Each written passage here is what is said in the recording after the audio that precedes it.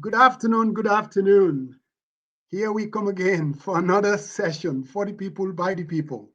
The only thing missing tonight, guys, my two Jesit, as Karamba would call them, they're out of pocket.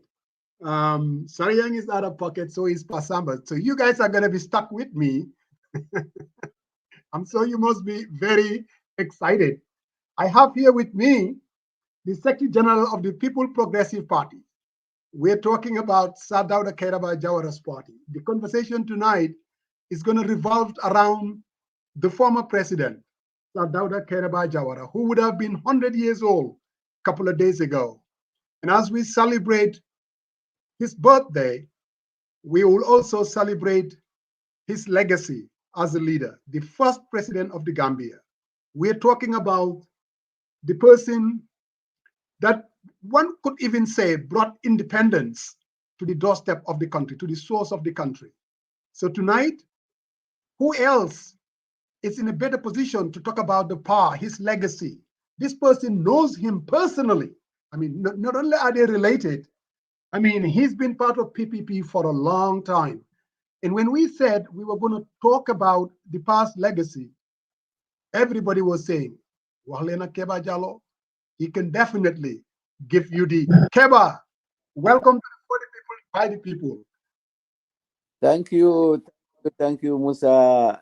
Again, thank you. I am back in Atlanta, Right? and your face, you symbolizes Atlanta. You symbolizes the whole of the Gambian community in Atlanta and the diaspora. Seeing you, the same as I left you some years ago, is the same Musa for the cause of the Gambia, for the people of by the people of the people. So Musa, thank you so much. I'm here. Thank you very much, Keba. Welcome back to Atlanta. This is your city. And I Yeah. have to be, Keba, I have to be honest. When I used to live up north, Providence, for a long time. And then I went back home back in 92, 93. And after the coup, I came back to Atlanta in 96.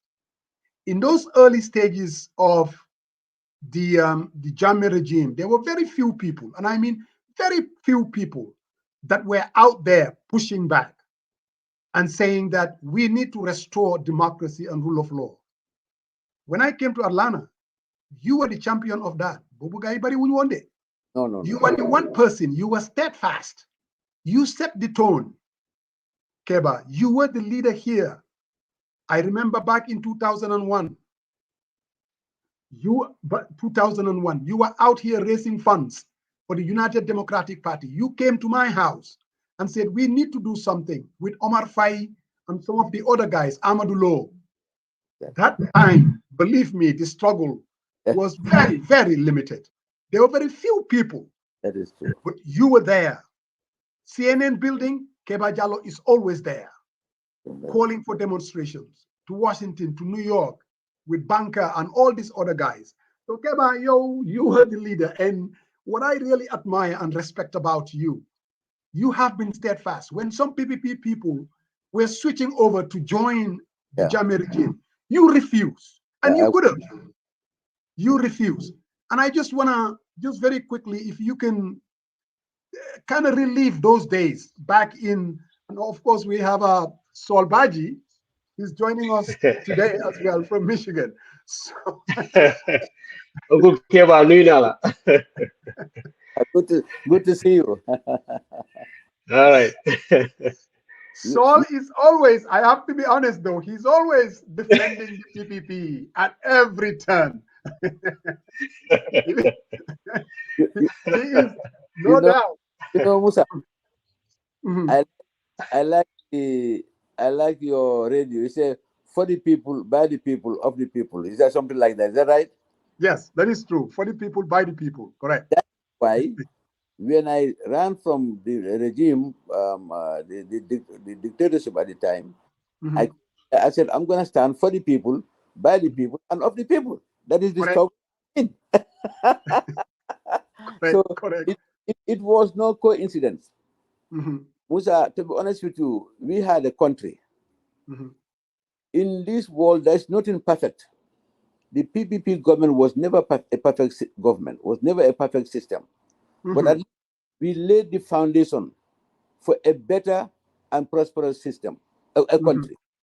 Mhm. Now, going to where we started in 19, just pre 1965, Mhm.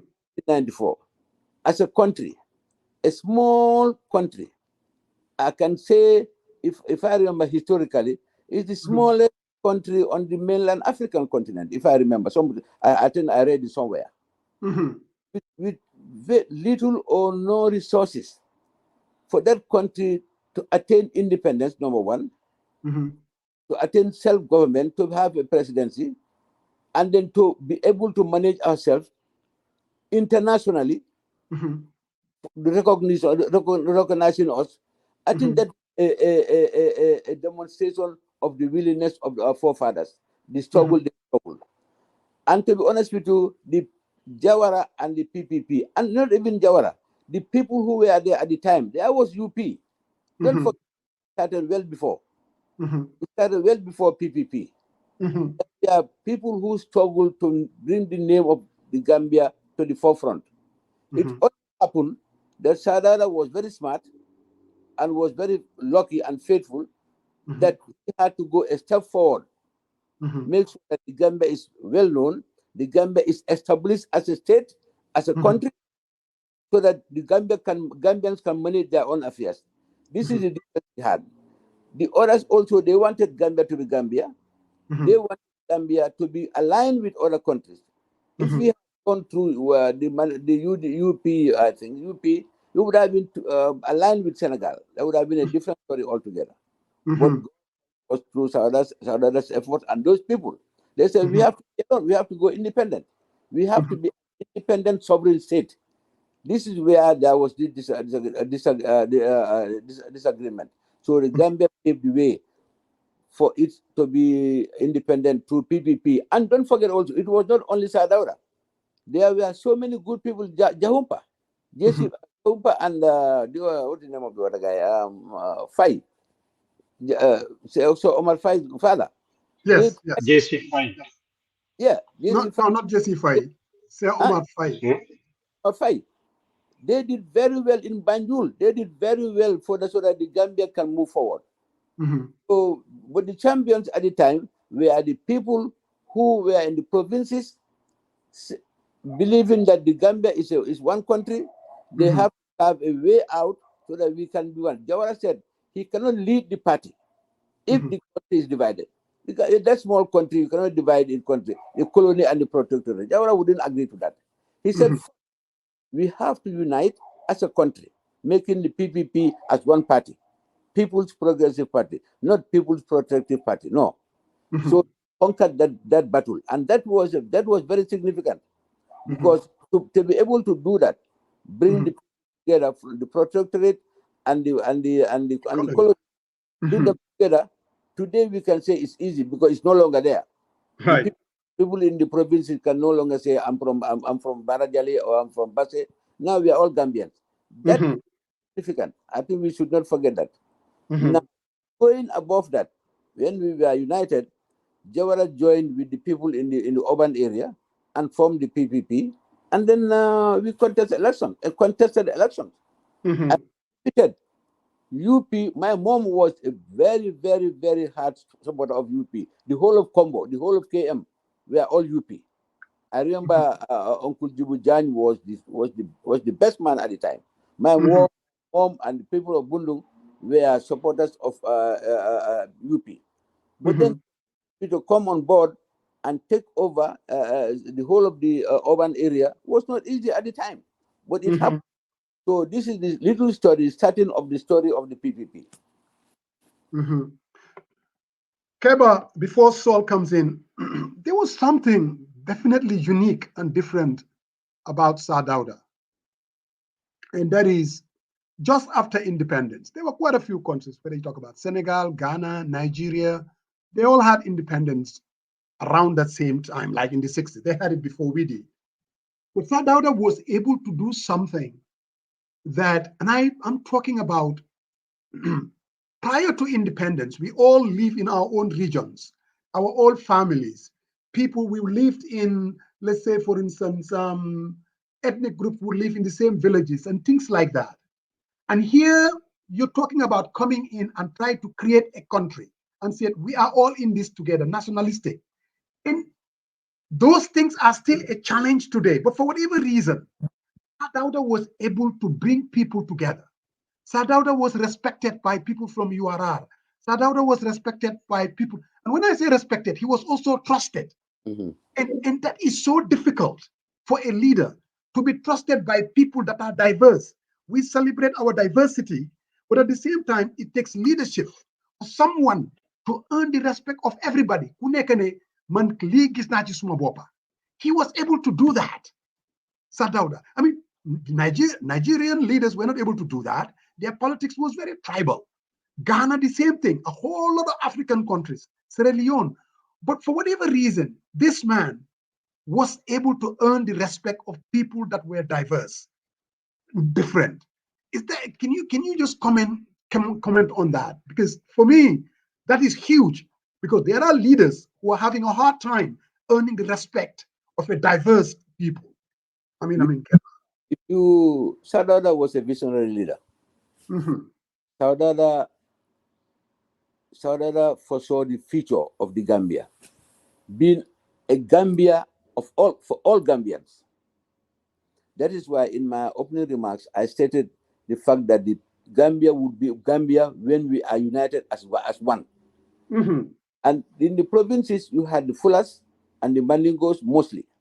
mhm, In the urban area, you have the Akus, you have the Wolofs, and the Sereres mostly. mhm, mhm, That was able to bring Gambia as one.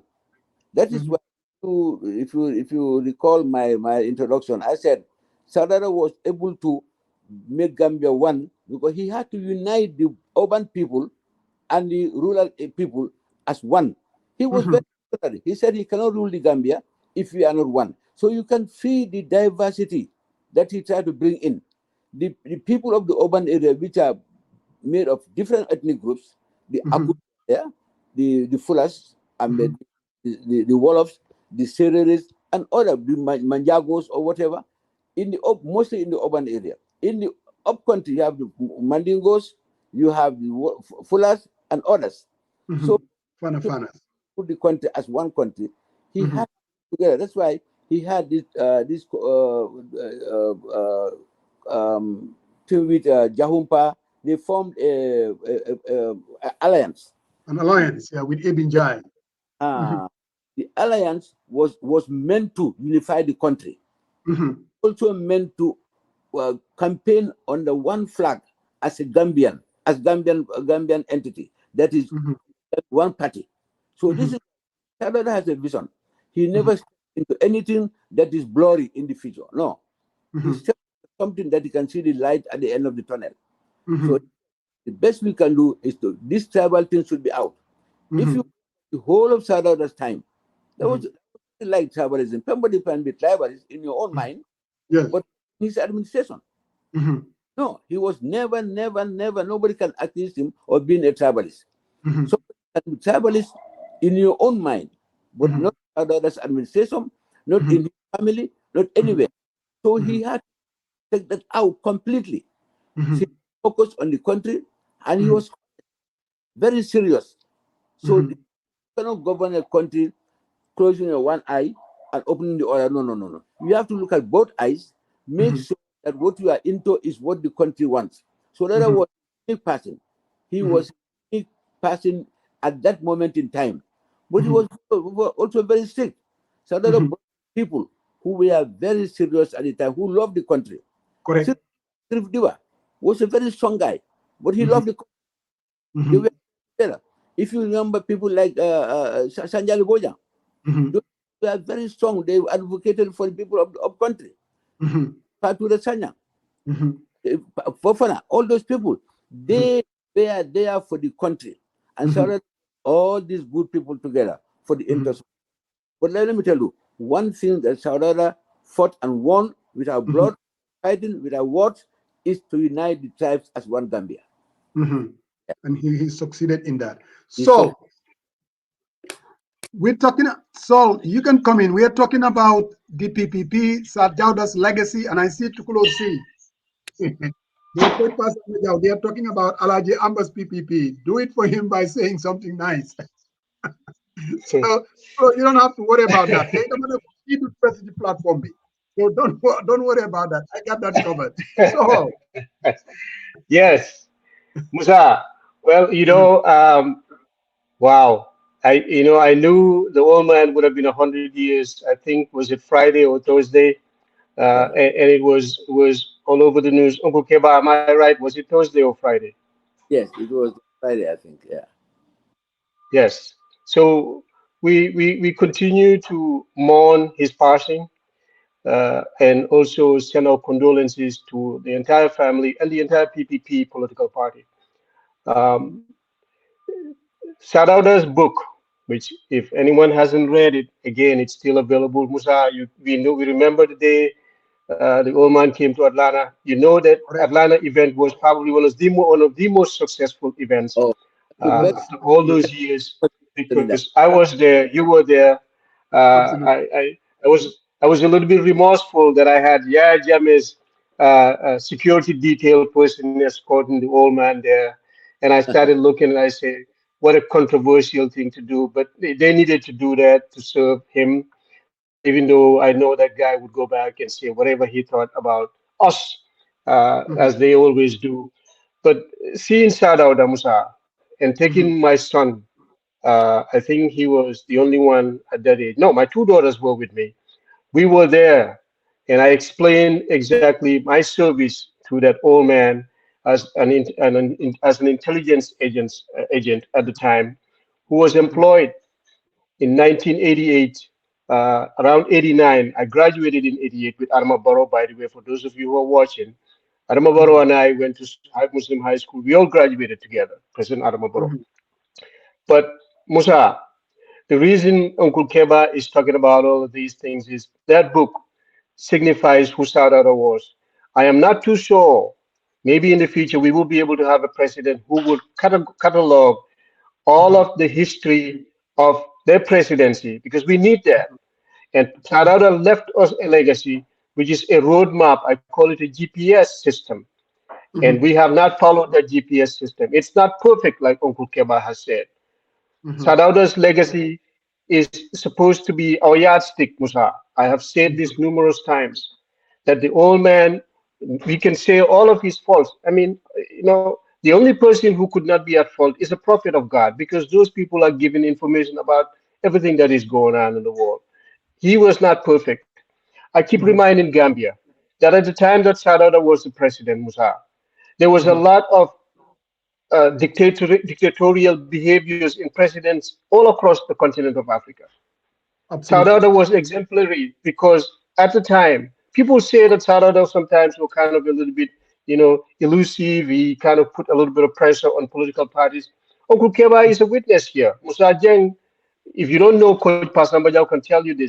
PDOIS, because I worked in the intelligence agency, they were everywhere the PPP was, to the extent that they were scared of the PDOIS. Then that talk Mhm, the what times you just say, guy, never the guy, but he mhm, understood the reason why the PDIS existed and opposition parties were there. Because those mhm, also opposition parties were holding him accountable. And they mhm, actually helped him to continue to win elections, because when they accused him of things that he was doing wrong, mhm, he would take advantage of those things and mhm, change the trajectory of the country. Yes, mhm, mistakes were made when he went to Mansakonko and made that mhm, announcement that he was mhm, going to step down. But Musa, Gambians will not forget that in 81 we had a coup d'etat. That coup mhm, d'etat took the country down to its knees.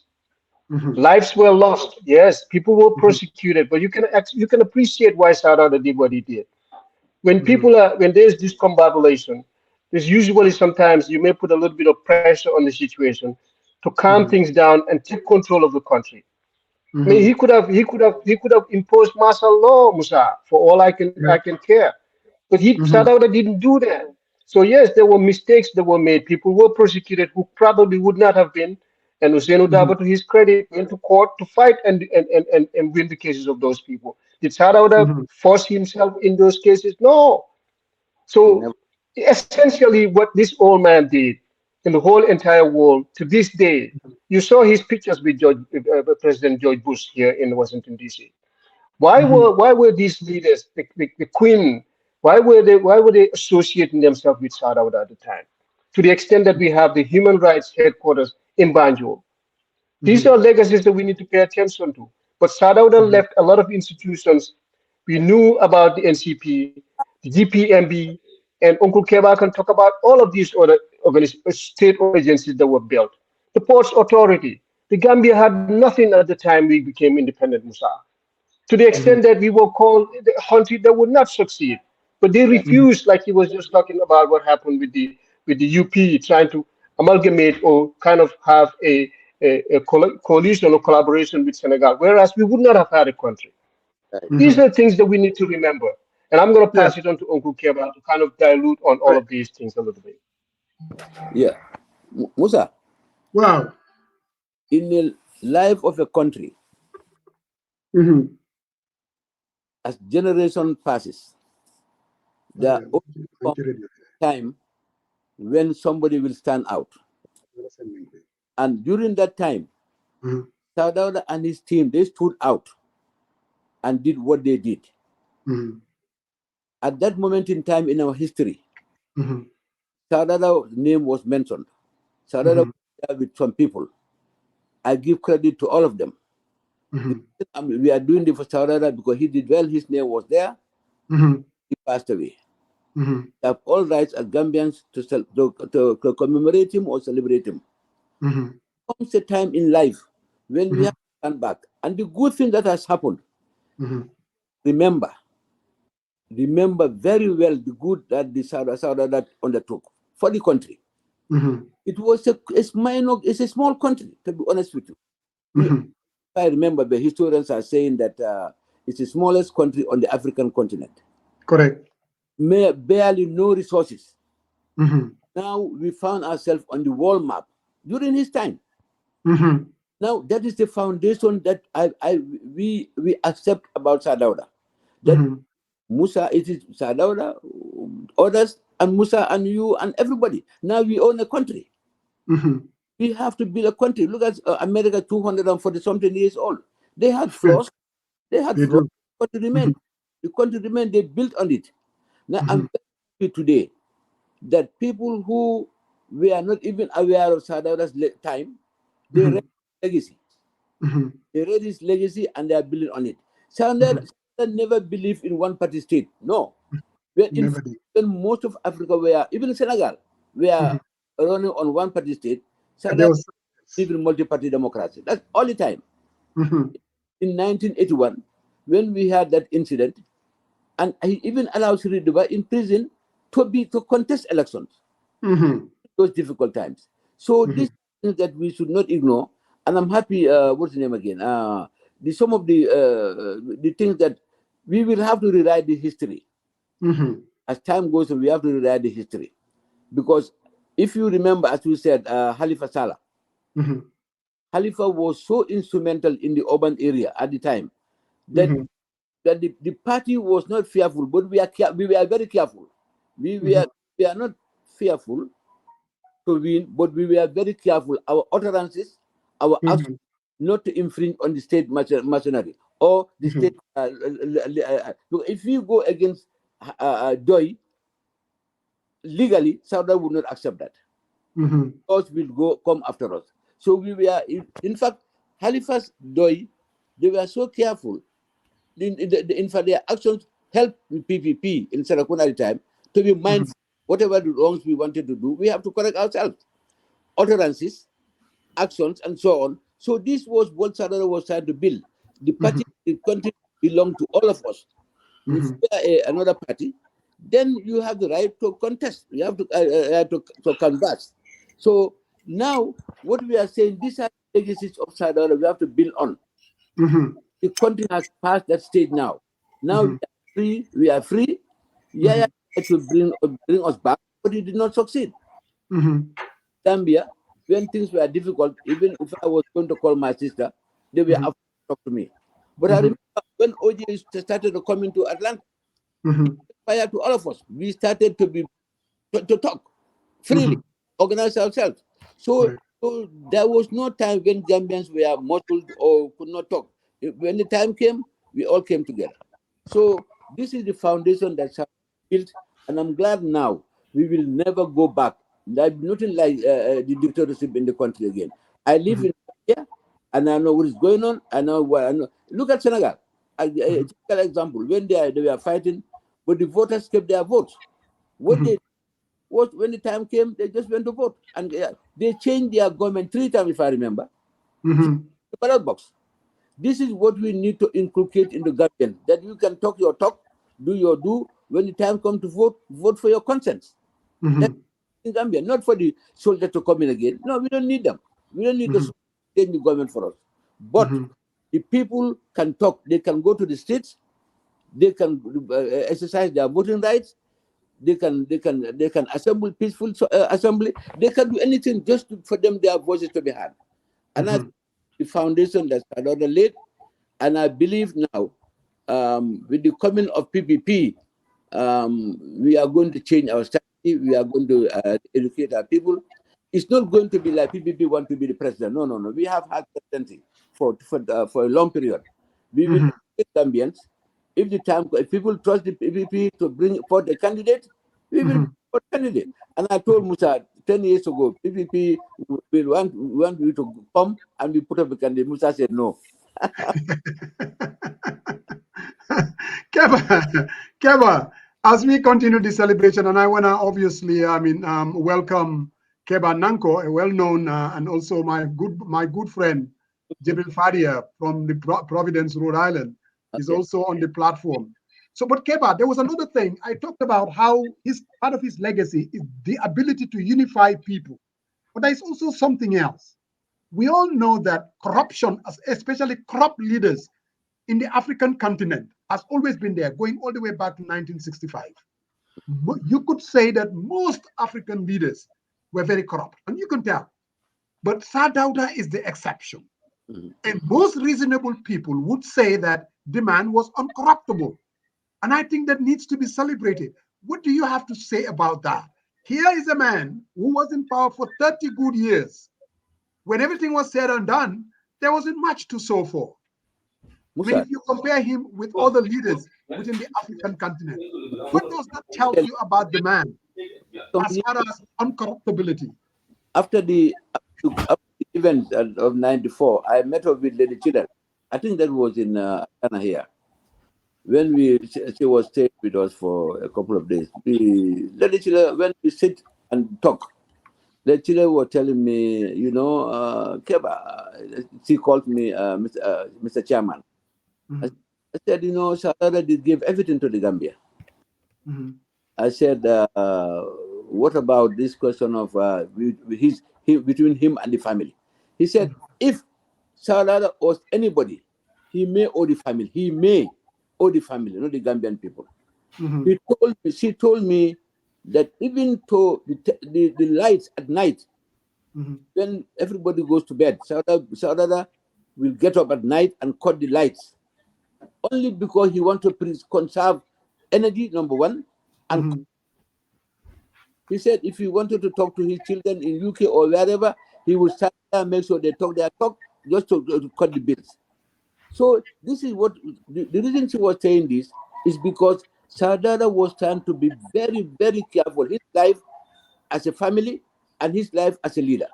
When I remember the commission, after the coup, they set up all these commissions. The commission from the judges were all foreign. And there was nothing, absolutely nothing about Sadauda. Nothing about Sadauda. And even his single thing. they were saying there was petty theft, petty crimes, and so on.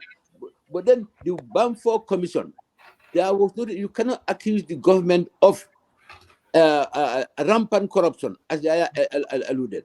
So there's nowhere you can go in a society in Africa or in America. There's corruption worldwide. Absolutely. If we say there's no corruption in America, perhaps we are in Musajan seat, but not Kebba seat in America. There is corruption in America. Of course. There's corruption in South Africa. There's corruption in America. But for Gambia at during Jawara time, it was so minimal that Mhm. it's negligible, but it was there. Mhm. It was there because I remember there was Sewu Sabali and Tix Mane. Tix It's Mane. money. Yeah. That then incident brought up the semblance of corruption in the Gambia. So I said, okay, let's find out. He said, if Mhm. you find anything, you will die to the tune. And then we were into that incident when Mhm. and there was a coup after a couple of years. Nothing had happened. But that is the main one that we know that is an accused person. It was not proven in the courts that Mhm.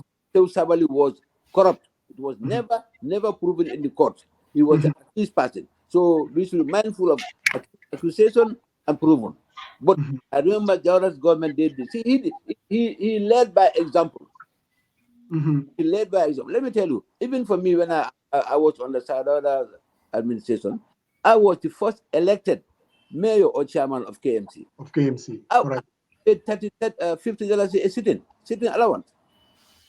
After I had to fight and pay 2,000 a month, sorry, a month, yeah. And later we fought and get paid 3,000 a month.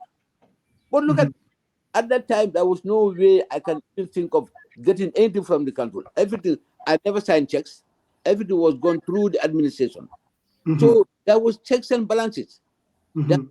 so much checks and balances. The auditors will come, the inspectors will come, and all this thing. I never seen money. I don't even see money. But Mhm. I think when you leave things up, now that's what I'm seeing in Gambia. With these auditors in Gambia, I think they are doing a good job. Mhm. Because in Gambia, auditor general, is it auditor? Auditors in Gambia, I think they are doing a good job. They are unearthing things Mhm. that we at the on the other side we may not see.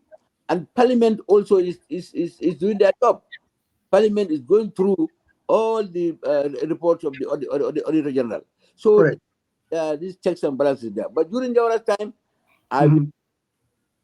sit here and say there was no corruption. Please don't. Musa, There was corruption, Yeah. but Yeah. I just want to come uh, to Keba and Uncle very quickly, and then Saul. Saul, just say something, and then we bring Keba. Then we have my good friend Fadia as well.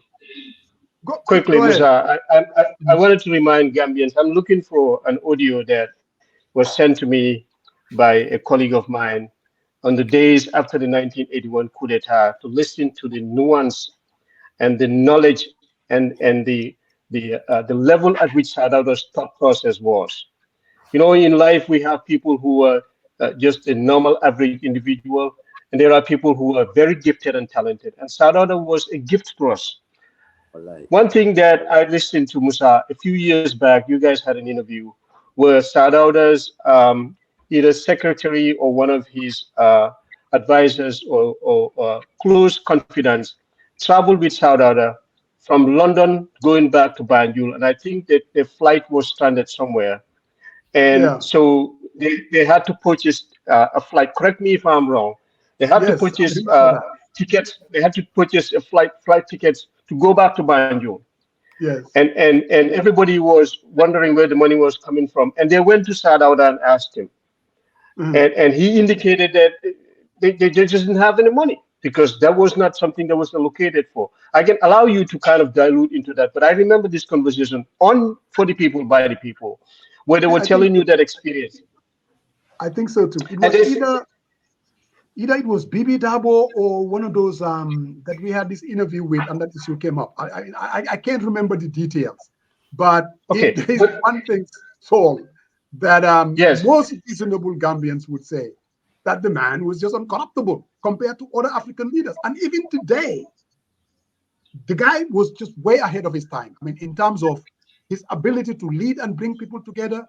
I mean, in terms of uncorruptibility, and we haven't even gotten to his capacity, his ability, his capacity. The man was just, he had what it takes. And Eba Nanko, he did. come on in and say a little Musa, bit Musa, before I Musa, bring you. I wanted to add one more thing because people need to know this. There was this incident where he was at the state house and his son called him to tell him that his vehicle broke down. I think his son was here in the United States, and he asked him for an amount of like maybe $20,000 or something. And the old man told him that he had no money, that he was not going to go take money from the coffers to give to him to fix his car. Yeah, yeah. It I was a believe true that. story. Again, there are a Okay, lot of go ahead. stories like that. Yeah, thank Seriously. you. Keba, Thank you very just much, Musa.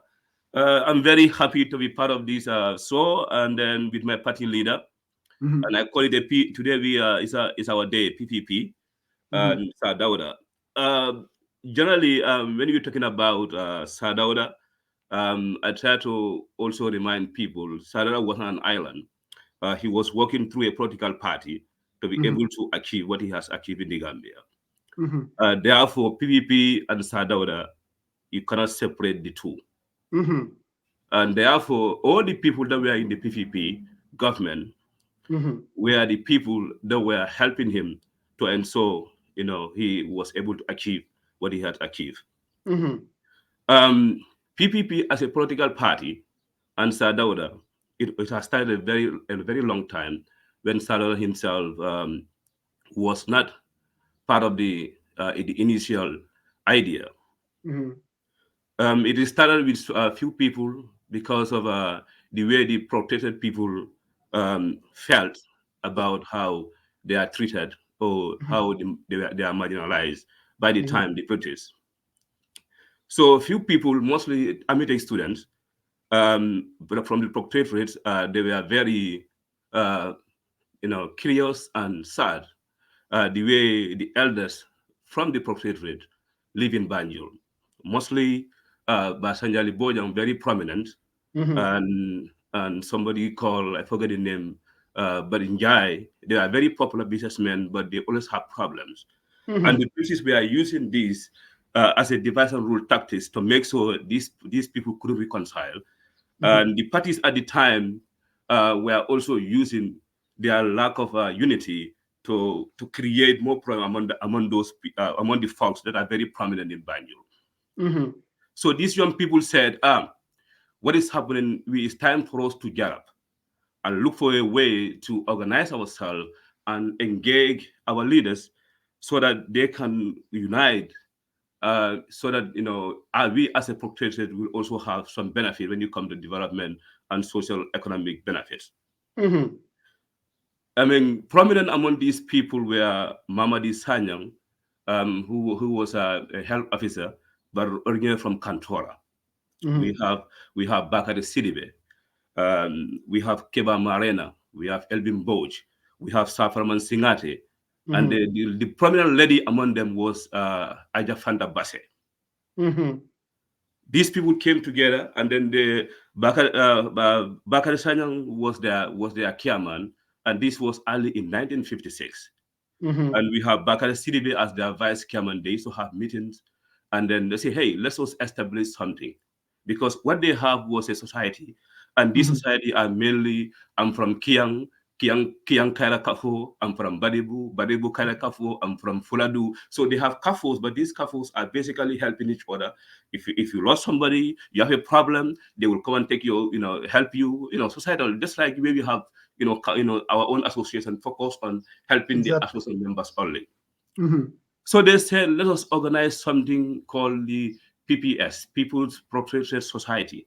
mhm, And this society will be the young educated people in Banjul will come together, from protected, come together and then engage these people to tell them, because they are wealthy, but they don't understand mhm, most of the political issues that they can benefit from.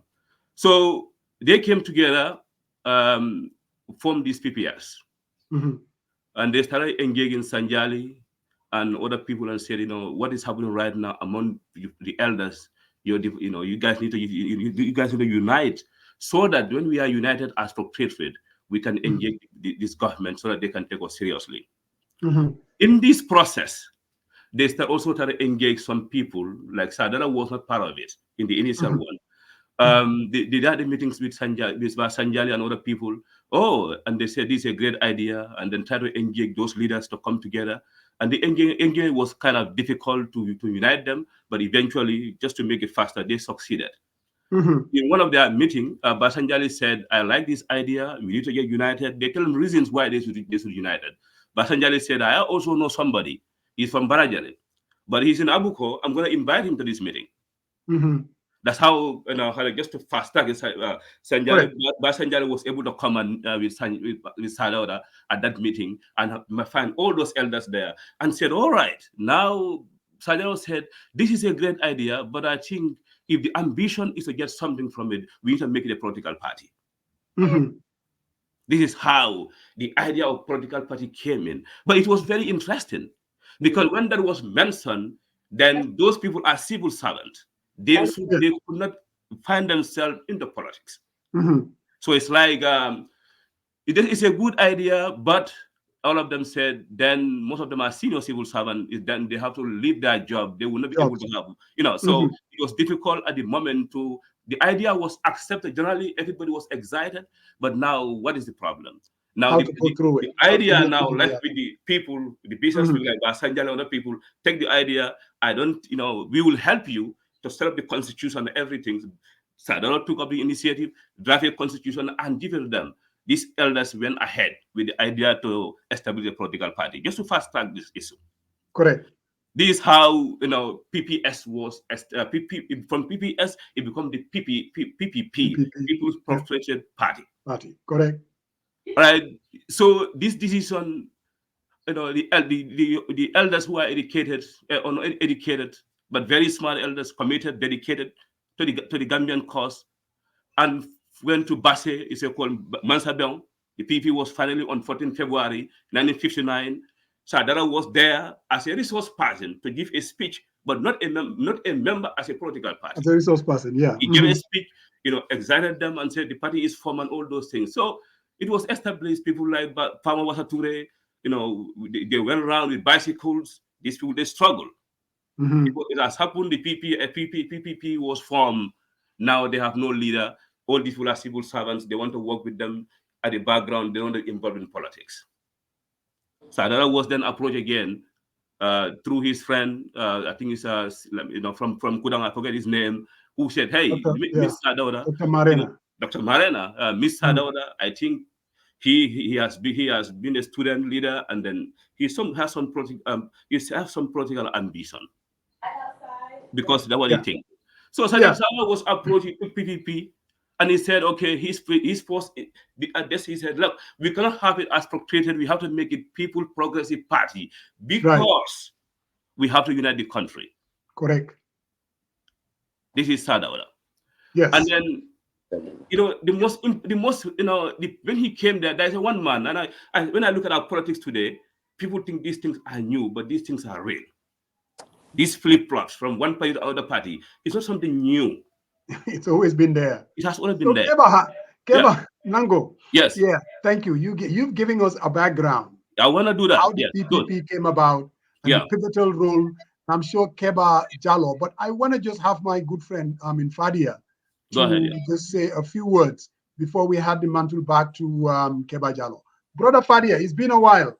Well, thank you very much. It's a great honor to be here today to contribute to this discussion Absolutely. and very Absolutely. important national discussion, especially talking about our founding father, the Mhm. Alhagie Kebba Jallow. Mhm. But I want to continue in my own language, Absolutely. my mother's tongue, which I'm very happy to contribute my quota. Absolutely. First of all, thank you very much, Chairman and the party leader Kebba Jallow. Mhm. And Keba Nanki, keep it up with the PPP. It should not die. It's Mhm. one of the best parties in the Gambia, in my Yes. opinion. Mhm. Lima buga wax rek mooy Alhaji Sada Kebba Jallow and the Mhm.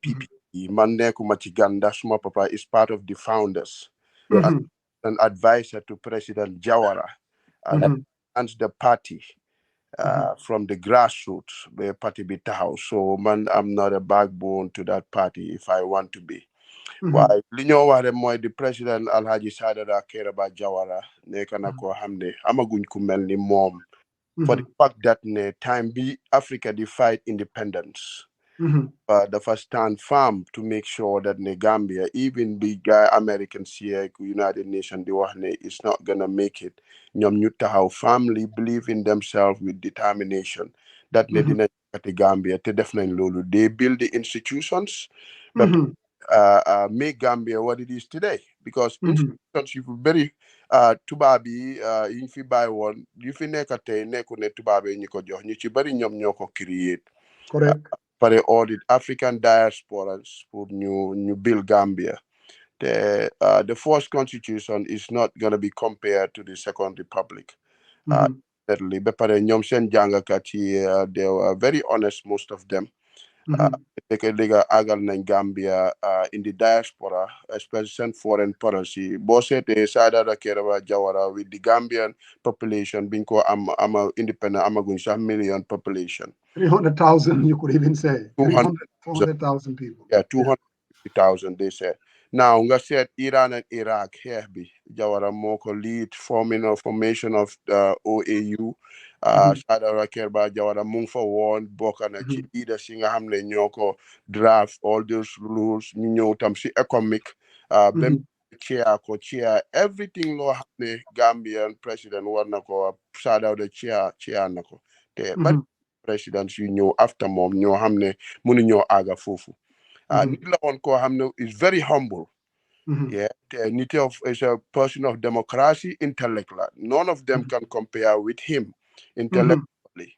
Yeah, te Mhm. Gambia roots bi xam na culture bi te du daan discriminate te amutoon tribal. Wow. Mhm. So society in 1963 bari na si ñi nga xam ne including my dad ñi nga xam ne dañ doon fight pour wax ne seats yi after elections dañ ko war a jox gaay PPP si la Mhm. break that barrier indi ñoom Gaba Jahumpa indi ñoom JC Faye indi a lot of coalition into PPP. Mhm. Bañ biñ jàppee itam 1981 ñoom kii Sheriff Mustapha Diba ñoom Fodiba Jammeh ñoom Mhm. kii Jammeh Jawara Mhm. Kemesen Emerson. because Let bi me say. kii indi naka Assane Diallo indi le case bi ne ko ñi dañ leen jàpp ba léegi amuñ evidence dafa ne soo leen amul evidence bàyyi leen ban ci président yi tey mooy wax loolu to your opponent Very rare. Very rare. taxaw na fii Mansa Bengo biñ def fële ko naka la tuddaati Mansa Konko mu taxaw mu ne man fu mu nekk nii jot na pour man ma bàyyi in the presence of ñoom Kelefa Samba nga xam ne ñooy président yi parti bi le président lifin of MC Diallo ñëpp mu taxaw mu wone ne man léegi mag laa te institution yi démocratie dafa laaj pour ñuy change di joxante Mhm. ci nguur yi tey mooy nangu si président yi kuy nangoo wax loolu buñ la ko waxee sax nga mer wala doo waxatee borom nga jàpp ko tëj ko Wallahi, wallahi, so wallahi. amul benn comparison boo xam ne Mhm. nekk ni moom la ñëw compare président Sadalo Jawara du si Mhm. éthique am du si way of politique am Mhm. du si tolérance am yeah te ni moo jàppee Gambian si tam he was very cared because fu mu dem fekk fa Gambian dina meet ak ñoom ñun kay ñoo fayut naar bi xoromam it was very sad bi ma déggee story ne jóge na America di dem Angleterre nekk si plane bi moom kenn be benn Sierra Leonean moo ko jàppal baagam bi in Angleterre waaw fayuñ ko liñ ko waroon a fay however President Jammeh trying indi na ko back to the country jox ko Mhm. security man I was very lucky 2009 maa ngi dox si boori beachside bi rek ma tasee moom ma taxaw nuyu ko mu nuyu ma identify suma he was very happy that Mhm. man doomi Ablaye Fadia la Mhm. gis naa ko nuyu naa nit ñi waa ñëpp dañ ko daan di seetaan muy romba ma ne non taxaw leen ngeen nuyu wante moom ngeen woon ko ne appreciate nañ la so Mhm. in foog man fu ma dégga waxtaanam dinaa ñëw ma wone ne I really appreciate te Mhm. definitely nit la woon ku baax ku dimbale Mhm. Gambia ku taxaw Mhm. Gambia donte kon Gambia tuuti na waaye respect woon nañ ko dëkk yu bari amuñ woon a ñoom visa li taxoon Mhm. mooy si moom lañ doon di xool Yeah. king bi queen bi ñëpp respect nañ ko even United States fi mu dee àgga ak lu ma fu mu wax rek da nga kontaan angal si personnalité am si representation am well ever ñun dañ koo ñaanal rek ma ne fu mu jaar rek comme que dégg naa programme am bi Yes. Yes. dan Thank PB you, thank you very much. I mean, Fadia, without a doubt, we did not reach out to you to invite la. You took it upon yourself, thank and you you text me na dama ci bugg a wax. jë And I think that it's important to highlight that, and we that's thank you immensely, thank definitely. you jërëjëf Yeah, we appreciate you. ok Keba, you've heard. I mean, Jibril Fadia, you've heard Nanko, Keba Jallow, and of course our sister Tukulor C. Yeah. Nima def, how do you buy Tukulor mu wax Keba, and then nga mun a comment on all their li gars yi wax Tukulóor Tukulóor gëj naa ko dégg trop. Tukulóor yaa ngi fa I think Tukulóor Okay, dama doon jéem a unmute. okay Musa, ndeysaan, I became very, very sad. My father's people, all of them are gone. Okay? Yenen yàlla xare àjjana. Are you guys hearing me? We are hearing you loud and clear. Wait. Suma earpiece bi bante mu ngi connect. Yéen a ngi maa dégg? Wow. ñu ngi laa dégg. Okay, so I just wanted to, as a PPP baby, and I mean my father's PPP, not this one. Honestly. I always get very, very angry when I see people talk about the fact that, you know, Jawara's presidency was about corruption and Jawara was the only time a destitute family can get up from anywhere in the country. Ngadem Department of Social Welfare, New Jola Halis, Ngadem Jenda Leka nga talk. That was the only place where any deadbeat parents, so no go to pay child support. Ngadem social welfare will garnish your wages and make sure you pay child support. Time Jawara was the only time where Gambia diga talk. Nitki indi nit lifina mboka mufebar munin ko fight in the country. Jawara's government through social welfare and Ministry of Health dinañ make arrangements ñu usara to see dekay dañ ko dé bañ sax be ñoo doon fay to take these people internationally for treatment. I remember being a time, and I'm saying this because I worked at social welfare, and Halifa Salah can confirm this. I remember one time this kid swallowed a butut, so it restricted his airwaves. So guess what? His life was critically in danger. Being community again, guess what they did? They did everything. They flew that kid to Dakar, and that Sudan Gambia Bobu Taylor. That's one thing. The other thing is, forget scholarships. Yes, you can see a lot of the people that were in the cabinet. Why a lot of Domi Gambians they will tell you send Jangatamit, some of those scholarships. Absolutely. Yes, nobody was perfect, but most of those scholarships were given to them because of Linmun, send Munmun, Mota Modem. So when people talk about Jawara, Num Korapke, on the Jawara government, Linfi Daput, it was only during the Jawara government, Bohamne, Mansunker Birkama. I cannot remember the frequency of it. Why you Sunker Birkama through the Alcalo, Sumakunda? Then they know security, binda sa turi borom kergi, ñu indi la diwlin, ñu indi la malo, ñu jox la crack with, ñu jox la all these condiments that come with a meal. Dañ ko amon sax be Saudi Arabia lifin buñ daan yónnee xar yi daan yónnee sax dañ ko daan yóbbu ñu split ko si kër lifin yi ñun biir kama dañ ko daan am. So de demee si jàngee kaay bi qualified teacher moo la jàngal man. Most of you guys know man don't know man America. I didn't go to school. Why didn't I? Qualified teachers in my teach. Those are the people who taught me what I know today. I didn't learn it in America. I learned it. Qualified teachers so ko dege Gambia mo ne dañ dem Gambia college ñu janga fa bala ñu leen di dugal ci classroom bi yow so ko munut do nekk qualified teacher. Every single child you wake up in the morning so amutee lolé ka sa kër demal ci school bi di nga am sa ndeew bu baax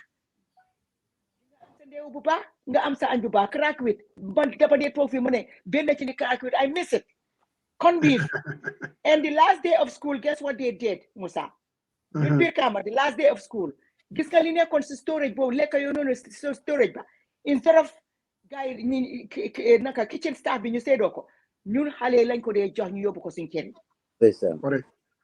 all of this happened under Jawara. So I'm telling you, until it happens, we can sit here. You may have the union domi PPP. Didn't talk to Hoseko Unilen. Jawara limfi def. Can defango coffee. And until they do, there's no presidency. That was better than Jawara's PPP. And I can put my hand on that.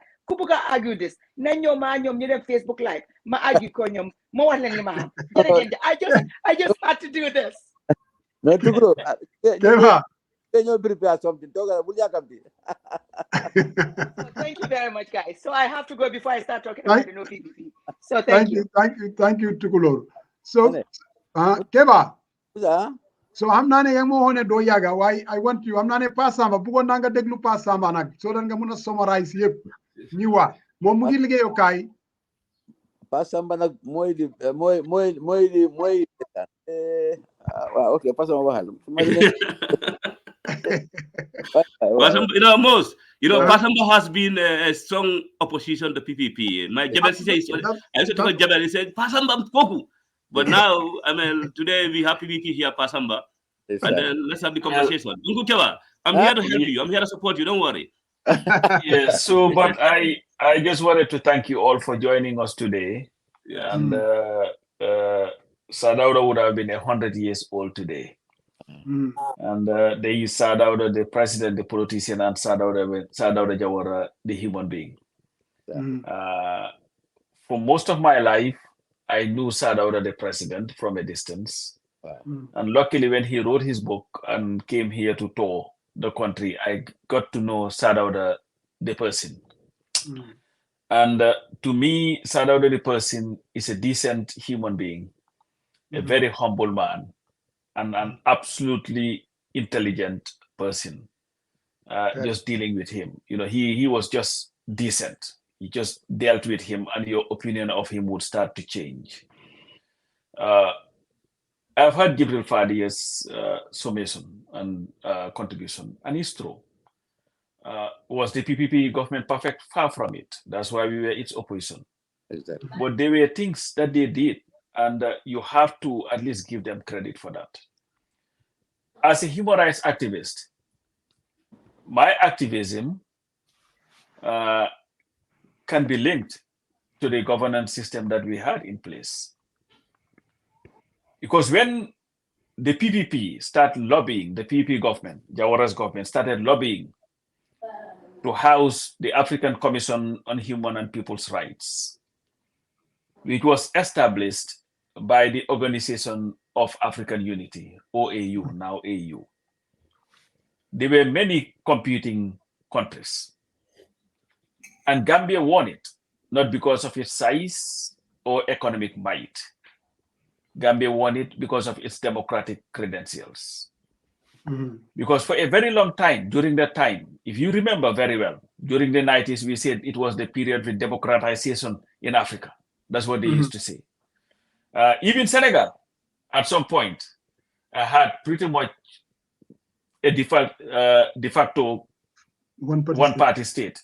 Yes. Gambia became a country that consistently held elections, had oppositions all the time. And when they established, finally, were given, Gambia won to establish or house the African Commission on Human and People's Rights, whose mandate is to promote and protect human rights in Africa. The PPP government decided through an act of parliament to accompany the African Commission with the establishment of the African Center for Democracy and Human Rights Studies. That was created by the Gambia government with a sole mandate to promote human rights in Africa. And the Minister of Justice used to serve as the chairman of the center. So sometimes people confuse these two. One is established by the OAU,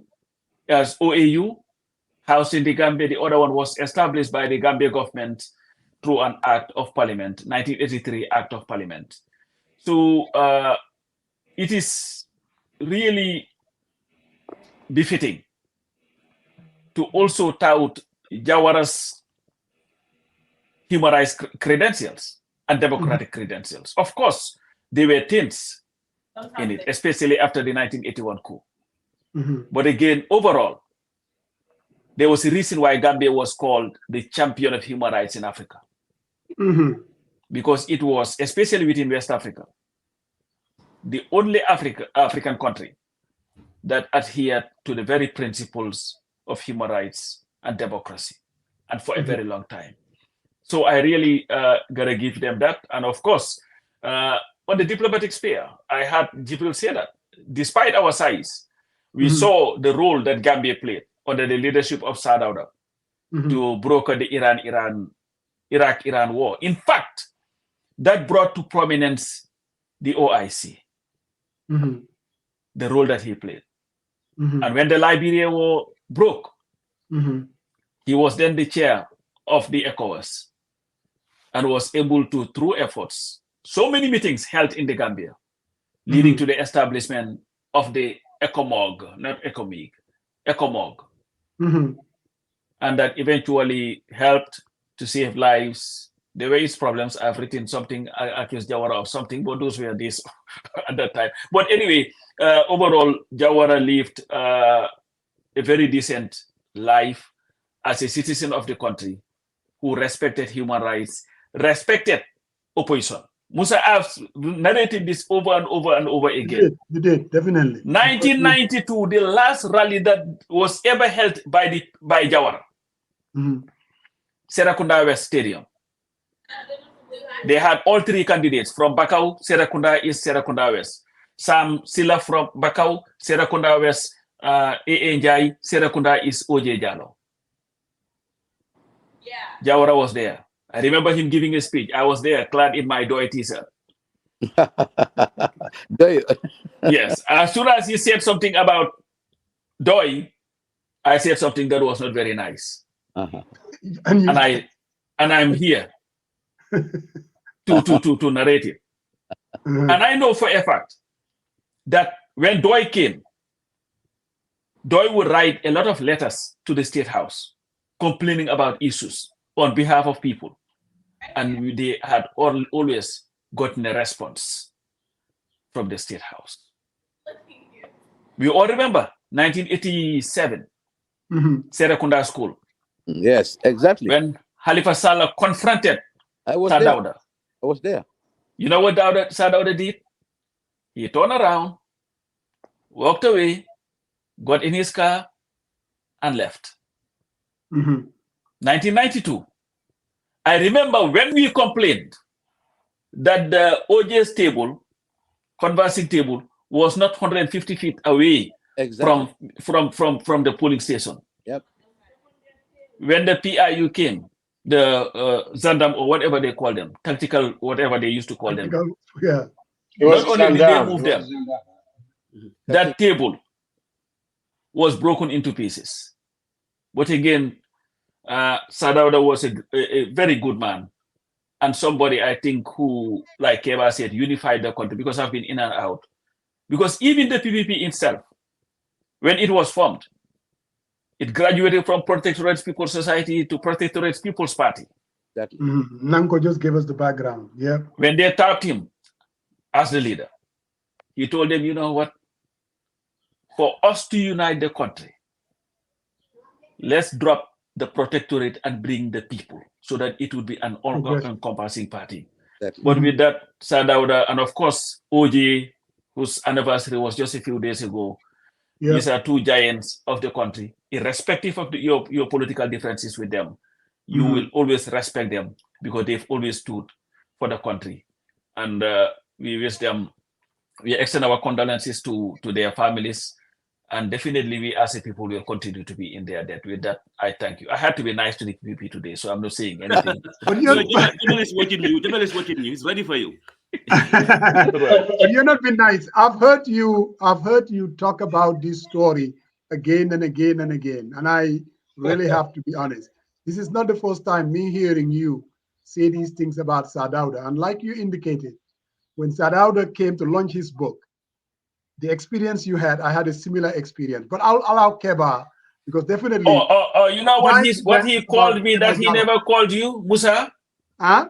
You know what he said about me that he would never say about you? When I gave my speech, he turned around. His first thing he said, you know what, we should all learn democracy from Pasamba.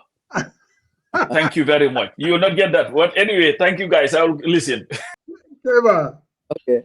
Keba, you've heard all these commentaries about somebody that you really know. We talk about his ability to unify. We talked about his uncorruptibility. We talked about his intellect. So what do you say to all these commentaries that you've heard? Musa, after listening to all the speakers, Mhm. I have now come to believe that Gambia has come to a stage where we can have another Jawara, maybe another form. Mhm. It may not be Jawara in person, but the intellect, the love for your country, and the zeal and the economic and the political will of somebody. You may not be in Jawara's clothing or Jawara as a person, but after listening to all the speeches, Mhm. if whether it's going to be a man or a woman, this was what Jawara and his team were dreaming of when they wanted the country. Mhm. A country where a system of government, a better system of government will continue, and Mhm. have leaders, better leaders after them. Now, when I say better leaders, they don't necessarily mean they're going to be PPP or DOI, or it can be a Gambian leader, a Mhm.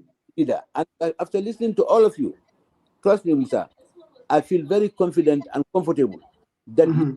imagine leaders are coming out from among us. This Mhm. team that Jawara and his team dreamt of, that one day we will have leaders who will take up from us. Mhm. They are still in transition. Don't forget, PPP has never had a continuous transition. Mhm. Jawara was overthrown, and then Yaya came in. He never how you call it? He never shook hands with Barrow. Mhm. Barrow is still waiting for his time to go. I don't know Mhm. how that is going to be. But Mhm. now let us learn history. We are learning history here. And Mhm. we are some of us I remember and met with Jawara and his team. PPP will call up in a big meeting next year. Mhm. And it's all going to be about PPP and Jawara and OJ. Mhm. Mhm. Some of you, if you have time, you'll be invited. We, Mhm. we are trying to make a catalog of events and his Mhm. life and that of PPP. PPP Mhm. is going through a transformation Mhm. to change completely. It's no longer the PPP that we know of. It's Mhm. going to change. The characters will change. The philosophy will be there as party of the people, but then new leadership will come. So for people whose parents were PPP, in fact, all Gambian people were one time PPP, except few. Mhm. Except few. We were all PPP because everybody joined the movement at the time. It was not a party; it was a movement to change, to provide for independence. Now that change as time went on, but we are this team that is there. I don't see those people as continuing. Let us not wait until it crumbles. Let us prepare ourselves for leadership. Mhm. God knows how it's gonna come, but the current leadership are not the ones that are going to continue forever. Not Mhm. not long ago, not long time ago. Now, what we will do, come buñ xaar ba mu yàqu nañ prepare some minds, and I'm Mhm. very happy li ma gisee nii li ma gis li ma dégga lii la ñoom Jawara doon ñaan nañ am doom yu baax ñoo set wax ma doom yi Jawara de ay set Mhm. ay setaat xale yoo Mhm. xam ne dinañ gën a xam passé ñoom ñi fa nekkoon démba te loolu mu ngi am ci jigéen ak ci góor su ma dégloo tukulóor si li mu wax daf ma Mhm. fàtte boppam bu baax a baax ku ñoom liñ def. Why we Mhm. are not talking about the son of Jawara, the son of Kebba Jallow, the son of Kenan. Why Gambian people, the good Gambian people, then let us Mhm. come together. The world is changing, surtout Africa, surtout Gambia. We have challenges, Bohane. Sunne Bena. I have to be very negative this time. Sunne Bena, in the next 15, 20 years, we will die as a country. Mhm. Our neighbors are growing and they are moving very fast. Mhm. Senegal is entrenching its body, Mhm. uh, both politically, Mhm. economically, and whatever. We have to have a good and consensus leadership. Boo xam ne dinañ dégg njëkkaay suñu boppa ba pare taxaw suñu tànka ba Mhm. pare move forward. Senegal is not a threat. It's our best friend. We cannot go without Senegal.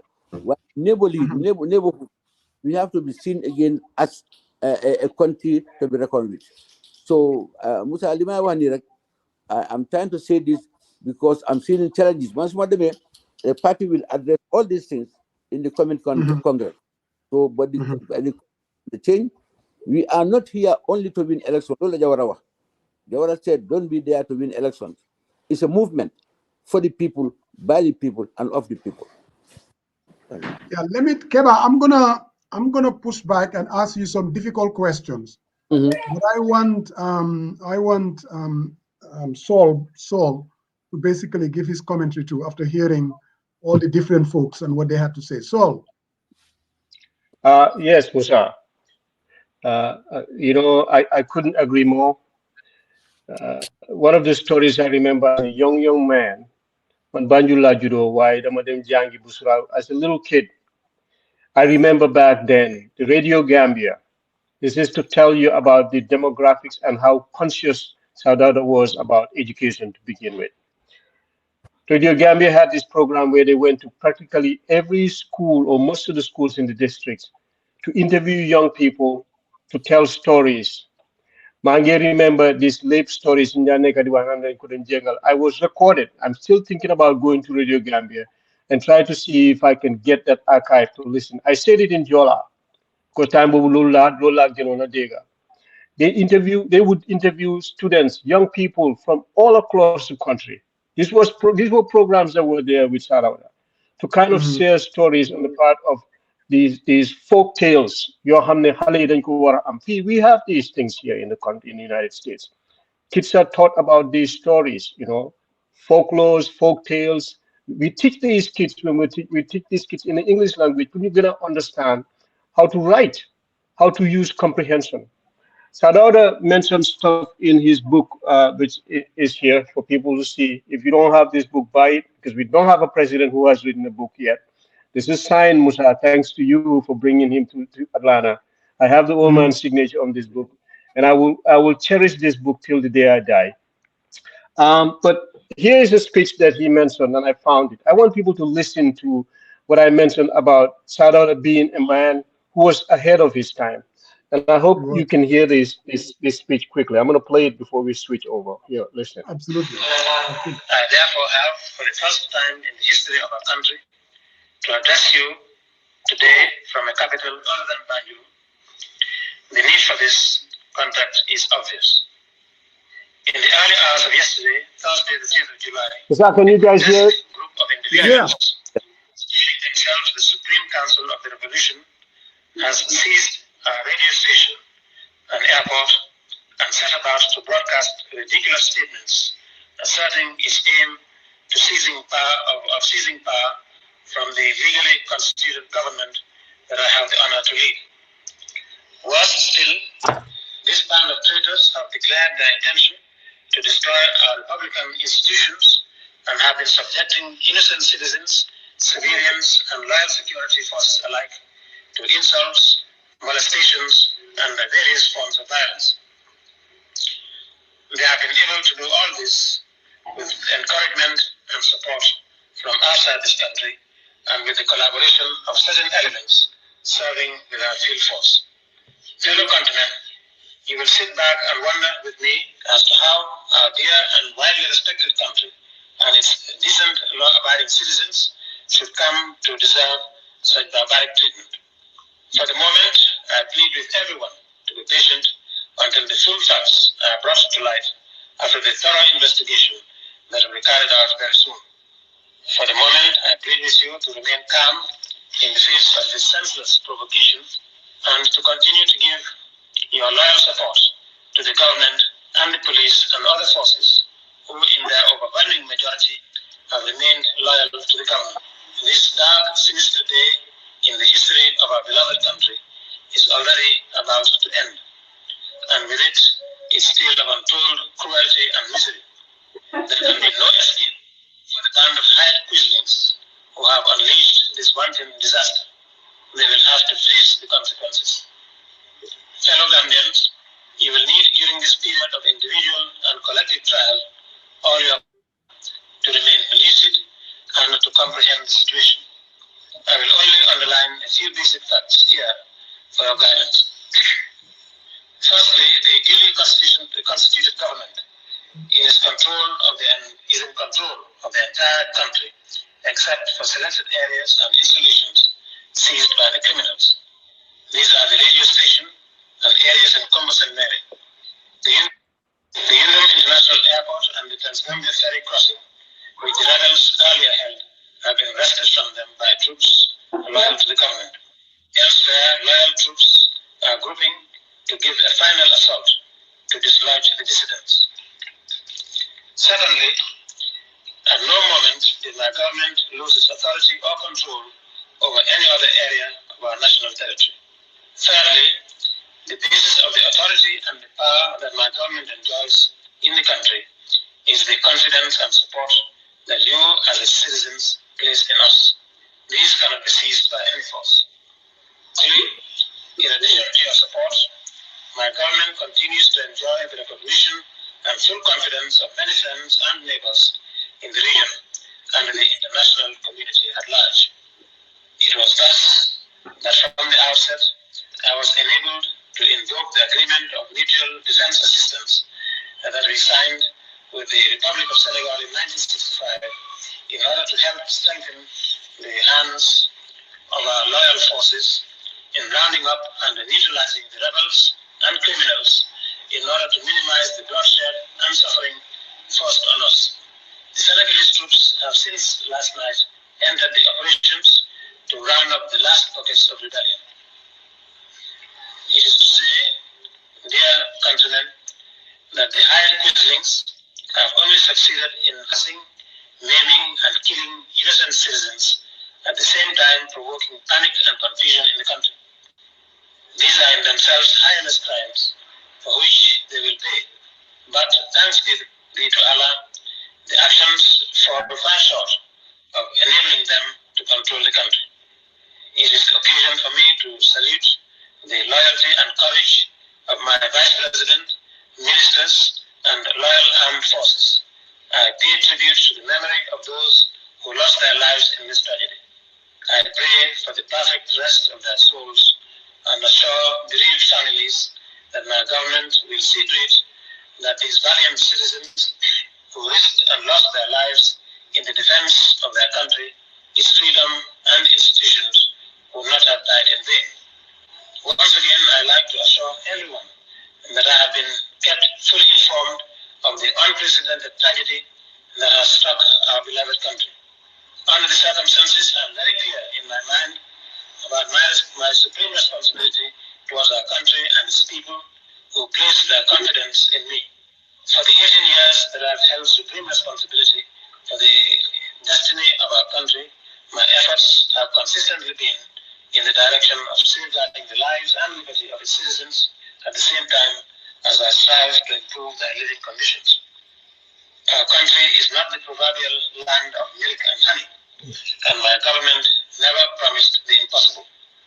But at the same time, I am determined to see to it that the peace and progress so far achieved are not confiscated and destroyed by demagogues and quislings. I accordingly restate my resolve to be with you shortly to continue the task started, and I appeal to Kukoy Sanyang and his fellow insurgents to lay down their arms and stop the pointless shedding of Gambian blood. May Allah help us. Amen. Musa, in passing, in conclusion, I wanted, because there was a lot of tension by the previous regime of who started the wars.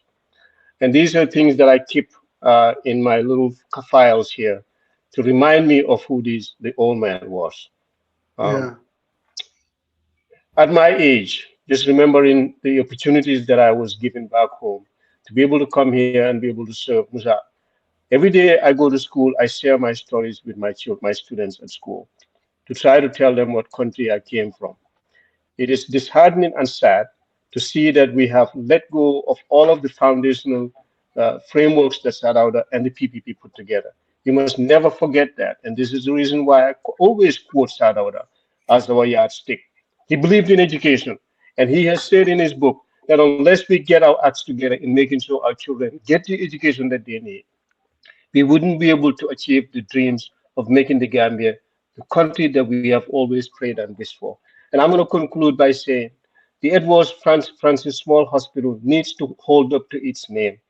It has the Mhm. name of an individual who was also one of our founding fathers. We cannot allow that hospital to have people held in that hospital and taken to that hospital without having the medical support that they deserve. Sadauda never Mhm. did that. I had some service did done to me back in the years when I was in high school. At least the year when I graduated in '88. There was a refill that was done by a dentist doctor.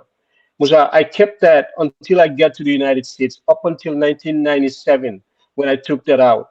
The doctor asked me, dentist asked me where I had that sealing to take place, and I told him it was done in Banjul. These were things that Sadara did. And the other Yeah. thing that I mentioned, Keba, any of you guys can vouch me, when there was a death at the Mutuary at the at RVH hospital, there was a police officer and there was what you guys call it. We call it a coroner's officer there to justify the death of that individual. We did those things for a reason to find out why that person died. Was it malicious or was it because of some kind of ailment, so that we can prepare ourselves to be able to avoid any pandemic affecting the country. There were veterinarian services that were there. These were the institutions were there for a reason, Musa. We need to go back to thinking and looking at the books of Sadauda. They are all in the archives. We can dig into them and Yeah. find out how the government functions. I'd like to say Yeah. thank you, Musa. So, Oh, listening to that speech, well, I'm just that speech alone, that tells you you can look, you could even now look at African leaders who can deliver such a speech at a certain time. on, The on, man was just way ahead of his time. on the This duress, guy, on the duress. under duress, and listen to this speech. Look at the leaders that we had in the Gambia, whether it's Jammeh or Barrow. Because if we're going to measure in terms of yardstick, under duress, and the speech that this man was able to give, to me, that says a lot. And No, Musa, one thing people we always have to remind. I mean, try to reflect. mhm, Is Gambia at the time when Jara was even taking the mantle of leadership. I mean, it's about we have I believe about 10 people or even less who went to university to actually have a degree. mhm, That's why there's so many doubts when it comes to our human resources capacity to run as a country. Yes. Most of the ministers that we had, they do homeschooling. yes, teachers here and there. Yep. Yeah, just do homeschooling just to manage and to make sure the Gambia go forward as a country. But Mhm. hence you want to go to Uncle Keba, we can go into most of these things so people understand. But this is about sacrifice. And when I see people today and I'm highly educated and all those things, and I believe our education today, a lot of people are educated in the Gambia. We Oh, don't yes. have that during Jawara time. Way more than we But had. but what we had at the time, the sacrifice, the loyalty to the cause of Gambia, and today is far, far, far, far different. So Keba, No? So, Yes, go Keba. clearly the PPP is his legacy. no. And since 1994, one would say that the PPP, just last weekend, I said Doi was an afterthought. But PPP has become not only an afterthought, it's forgotten. Mhm. Most of these young people don't even know PPP. That is true. The future is gloomy. We saw PPP, I mean, OJ was there. OJ kind of carried the mantle, gave the PPP the voice. OJ passed away last year. Most people are saying, Jawara gone, OJ gone. What is the future of the PPP? Mhm. What is the current status of the PPP? And with no disrespect, Keba Jallow, because I've gotten to know you. You are a decent man. You, I mean, I saw you here in Atlanta and how you contributed to liberate our country. You are currently the leader of PPP. But Keba, you are no DK Jawara, not No. even close. I'm And not. for PPP, I'm no OJ. and no OJ for that matter. So, what is the current state of the party and how does the future looks? People are saying you guys have been amalgamated. You are now part of the NPP. People are saying you guys have an alliance with the APRC. There are a lot of misinformation and disinformation. Is it true that you guys have become second fiddle to the NPP? No, And no, what does the future holds, Kebba? Musa. I think this is the one of the most important questions that you asked. Mhm, And as the leader, I am the most qualified to shed light on some of the issues. mhm, And believe me, Kepanako can help me a lot if I miss anything. PPP led the country from 1965 to 1994 with dedication, seriousness, and a good leadership. PPP had all the whatever we need to organize and to win election. At one time, Jawara said PPP was beyond winning elections. We had to be a movement. We have to be there for everything. mhm, PPP had we were in the government, we served in the government, but the party, as a party, was the leader of the government. We had good times, but at the same time, we were leading a people, a whole people, not a generation, a whole people, and there were opposition within among us. mhm, The party promoted opposition and tolerated opposition, and that was what gave us the mandate to rule. We did not trample on the opposition.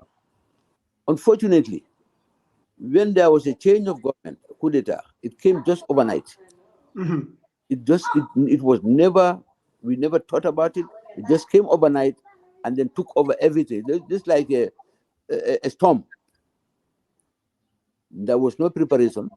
There was nothing absolutely. When the coup d'etat happened, Musa, the least they could have done was to free the people. Say, okay, now you are no longer the government. You go sit down. We will take over the government. But that never happened. What they did was to incarcerate our people, the government. We were never allowed for 5 to 7 people to assemble. The PPP were never allowed to assemble. 5 to 7. mhm, Our assets up to now are frozen. Up to now, PPP was. We had a lot of money. We had campaign money. PPP was well established throughout the country. mhm, In 7 years, it was banned. During those 7 years, you cannot mention PPP anywhere. On the other side, the regime was talking bad about PPP, rampant corruption, whatever they call it. That was all these names throughout the country on the radio and TV. They had the opportunity to trample down on the minds of Gambians that the Jawara government was corrupt.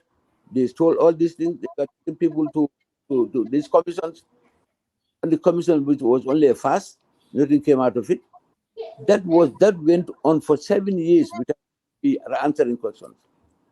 Fortunately, after 7 years, we had to team up, and Jawara said, I remember Jawara and Oje, they contributed to forming the UDP, and I was here, Musa, you were here. yeah, Oje called us to say, look, let us just forget our PPP and concentrate on forming another party until we are at this. We all came together, and as you said, I was very instrumental in Atlanta here.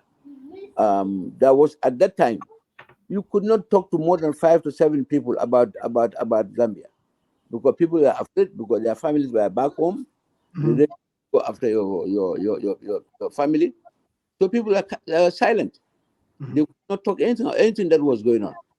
But some of us stood out and said, "Look, this thing cannot go on. You cannot imprison me in my country, and then you imprison me in my consent in another country, especially in a society like America." mhm, So we stood out. But PPP, we never talk about PPP until when we formed the coalition. When the coalition was formed, mhm, then we supported the coalition. We did everything in Atlanta, the NAD coalition, all these things. We brought all of them here. mhm. That's how the thing started. But we were never not even talking about PPP. We are talking about the Gambia, Gambia, At Gambia, that Gambia, time. Gambia. Mhm, Everybody forgot. But there was a time when OJ said, "Look, now our struggle on fruit. The country won its freedom. Let us go back to our homes." mhm, People started asking, "Why would you go back to PPP? PPP is no longer there." OJ said, "No, that is what brought this thing up. I remember even in PPP itself in Banjul, those former ministers, some of them, they had to argue for them to register PPP or not to register it. So this fight started long ago. Within PPP itself, they could not agree whether to move on with UDP or register PPP. Or just stood out and said, no, we have to move on. We have to register we have to re-register as a party and move on. How OJ re-registered the PPP, and then we started to move on gradually.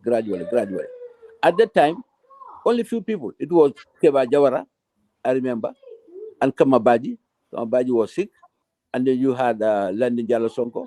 Can you imagine all the ministers who were in Jawara's government? Few people, not more than 3, stood out to say, look, in fact, they could not even meet, they were afraid. Kebba Jawara, I remember, Kamabaji, and Landing Jallow Sonko, and OJ, they move on. This is where we are. When I moved back to Gambia, I remember OJ was appointed as a Minister of Agriculture. I went to see him. I went to his home. He had a meeting in his house. There were so many young people there. I said, OJ, I thought there was nobody in PPP. He said, what do you mean? I said, what we thought in America. I said, you don't have anybody. He said, look at all these people. And these are the people that I'm still working with. You know what? Please, I don't need any position. Let me help you. Before I left, I was an elected member. I was the elected councillor for Bundung, and I was also the first elected chairman sponsored by PPP for KMC. And I was also the secretary general of the PPP movement, the whole national movement. I said, I cannot sit idly by and let you struggle. I must be able to do something and participate. I said, please don't elect me. Don't give me any position. So that's how I came in. I helped him until we organized the Congress, and then Papanjai won the elections, and we moved on. Papanjai was elevated to an ambassador, and naturally the thing came back to me. OJ said, you know what you are saying is not what we thought about. You say you don't want any position, but now you cannot move away from this leadership. We have to elect to lead the party. I said, I can do that and lead the party until the time. So we agree. That's how I found myself as a leader of the party. But I've always told people, I can lead the party, but I have a limit, and I have my limitations. There will come a time very soon we have to reorganize the whole thing and then get a new and brand leadership. I don't always believe they say to bring in younger people. I don't always believe in that. Some of the younger people, they are the best, to be honest with you, and they vote. There are many, over 60% of the population. But Musa, sometimes it's good to leave an elderly person among the younger people. Absolutely. So whoever is coming tomorrow, Allah knows. But today, I would, if I am, well, I told them I may lead the party until certain time, but I would blend the old and the new. The old know where to go. They know what was there and what is there. But the younger one can move faster than the old one. So this is where we are. The party, So Kebba, you gloss over one critical issue. Are you guys in alliance with the NPP, or are you guys standing on your 2 feet as an independent party from the current government? Let me say it clearly. The alliance was for the election. That was not this past election. The other election. The 2021 elections? Yeah. Presidential. We supported the president, and then we collude with them and supported the candidate of the president. But as of now, PPP is a standalone party. We contested against them in their own words and their constituencies. So if there is there is nothing like we are in alliance with NPP. That's not like that. If there is election tomorrow in Basse, we will go and contest against them. If there is election in Banjul, we will contest against them. Maybe there may be later, because in politics you can never say no. Allah knows best. You want where you can win, But right now, as we are, I can tell you clearly, as the leader of the party, we are not in that coalition with the NPP. Kebba, Yes. this past few days, Mhm. you know me, I follow politics very closely. There was an interview on Coffee Time by Sir Dawda Jr., Mhm. the first son of the president. Yes. And when I listened to him, oh my God, my body just, I'm like, oh my God. Now they're sitting down He here. sounded like him. I mean, he looked like him. And then I saw the press conference Uh-huh. and he mentioned him being a member of the PPP. Uh-huh. I'm like, PPP? Oh Uh-huh. my God. You guys want to bring back your party? Yep. Here Yep. you have him. In him, PPP can relaunch itself. Yep. It That's will. me Musa. thinking aloud. Uh-huh. Am I just ahead of myself It's a or fact. what? It's a fact. What role do you see somebody like Sir Dawda Jr.? Here is a guy, sounded like his dad. I mean, he has never been involved in politics. No? I mean, he has retired as far as I know, and without a doubt, he's an intellect. I mean, just listening to him, Yes. to me, that says a lot. Yes. He's an asset. A hell of an asset, if you ask me. Musa. So, Let me so say, what role do you see him playing in supposedly the new PPP? Musa, let me tell you. This is what I'm telling those few minutes ago. The PPP is going to reinvent itself. Mm-hmm. First, we appeal to the children of the leadership of the party at the time, and now appealing to all the children of Gambia. PPP, the Gambian people benefited, at least getting ourselves as an independent state from Sadauda's government. Mm-hmm. Even though we have different opinions or whatever, but we are all children of the Gambia. Mm-hmm. PPP appeals to everybody. And the beauty about PPP, Musa, I Mm-hmm. come to PPP. You and Dr. Sen come to Mm-hmm. PPP. If you come today, you are as well as Kebba Jallow today. Correct. So Mm-hmm. we are going to start the ball rolling soon. And Dauda Jawara Jr. is PPP. He's a card carrying member of the Mm-hmm. party. Mm-hmm. We will not tell him come sit down and take Kebba Jallow's place. That's not the way it is. He Mm-hmm. go to a congress. If there's a position that he's interested in, he can Mm-hmm. ask other people. Then he's got. But right now, before Congress, that's Mm-hmm. either December or February or before February next year, Mm-hmm. he will be given a good role. Make sure Mm-hmm. that he goes around the country, Mm-hmm. talk to people, talk to Mm-hmm. the elder people who knows his father Mm-hmm. and knows what the other place. He will go around and convince the people to come back to their party. That's the Mm-hmm. role they are going to assign him. If you Mm-hmm. talk, you will see Jawara in him. He's Mm-hmm. willing to do anything. First, his family, Jawara family, are divided. Some of them are in other parties or whatever, but then he's going to do make sure that he talks to them, come back to their father's party. If Mm-hmm. fine, they can still say, but then we are still Gambians. But he's going to be given a prominent role when I Mm-hmm. go, and I'm in touch with him almost every minute, every day. And not Yeah. only Yeah. him, there is this Singate. Fode, I But saw him too. He gave a speech at the press conference. He lives here in Dallas, very it's much involved in PPP affairs. for So the it's not like PPP don't have their guns. You guys have your ammunition. The the only question is, how do you utilize them? the only Gambian governor general who lived in the state house, Mm-hmm. and Fode was the first son of Fariman Singate. He was the first to be born in state house. So Mm-hmm. Fode coming on board 110%, I think Mm-hmm. it's big plus for PPP. Without a doubt. Nango, Yes. so what do you say? You heard me.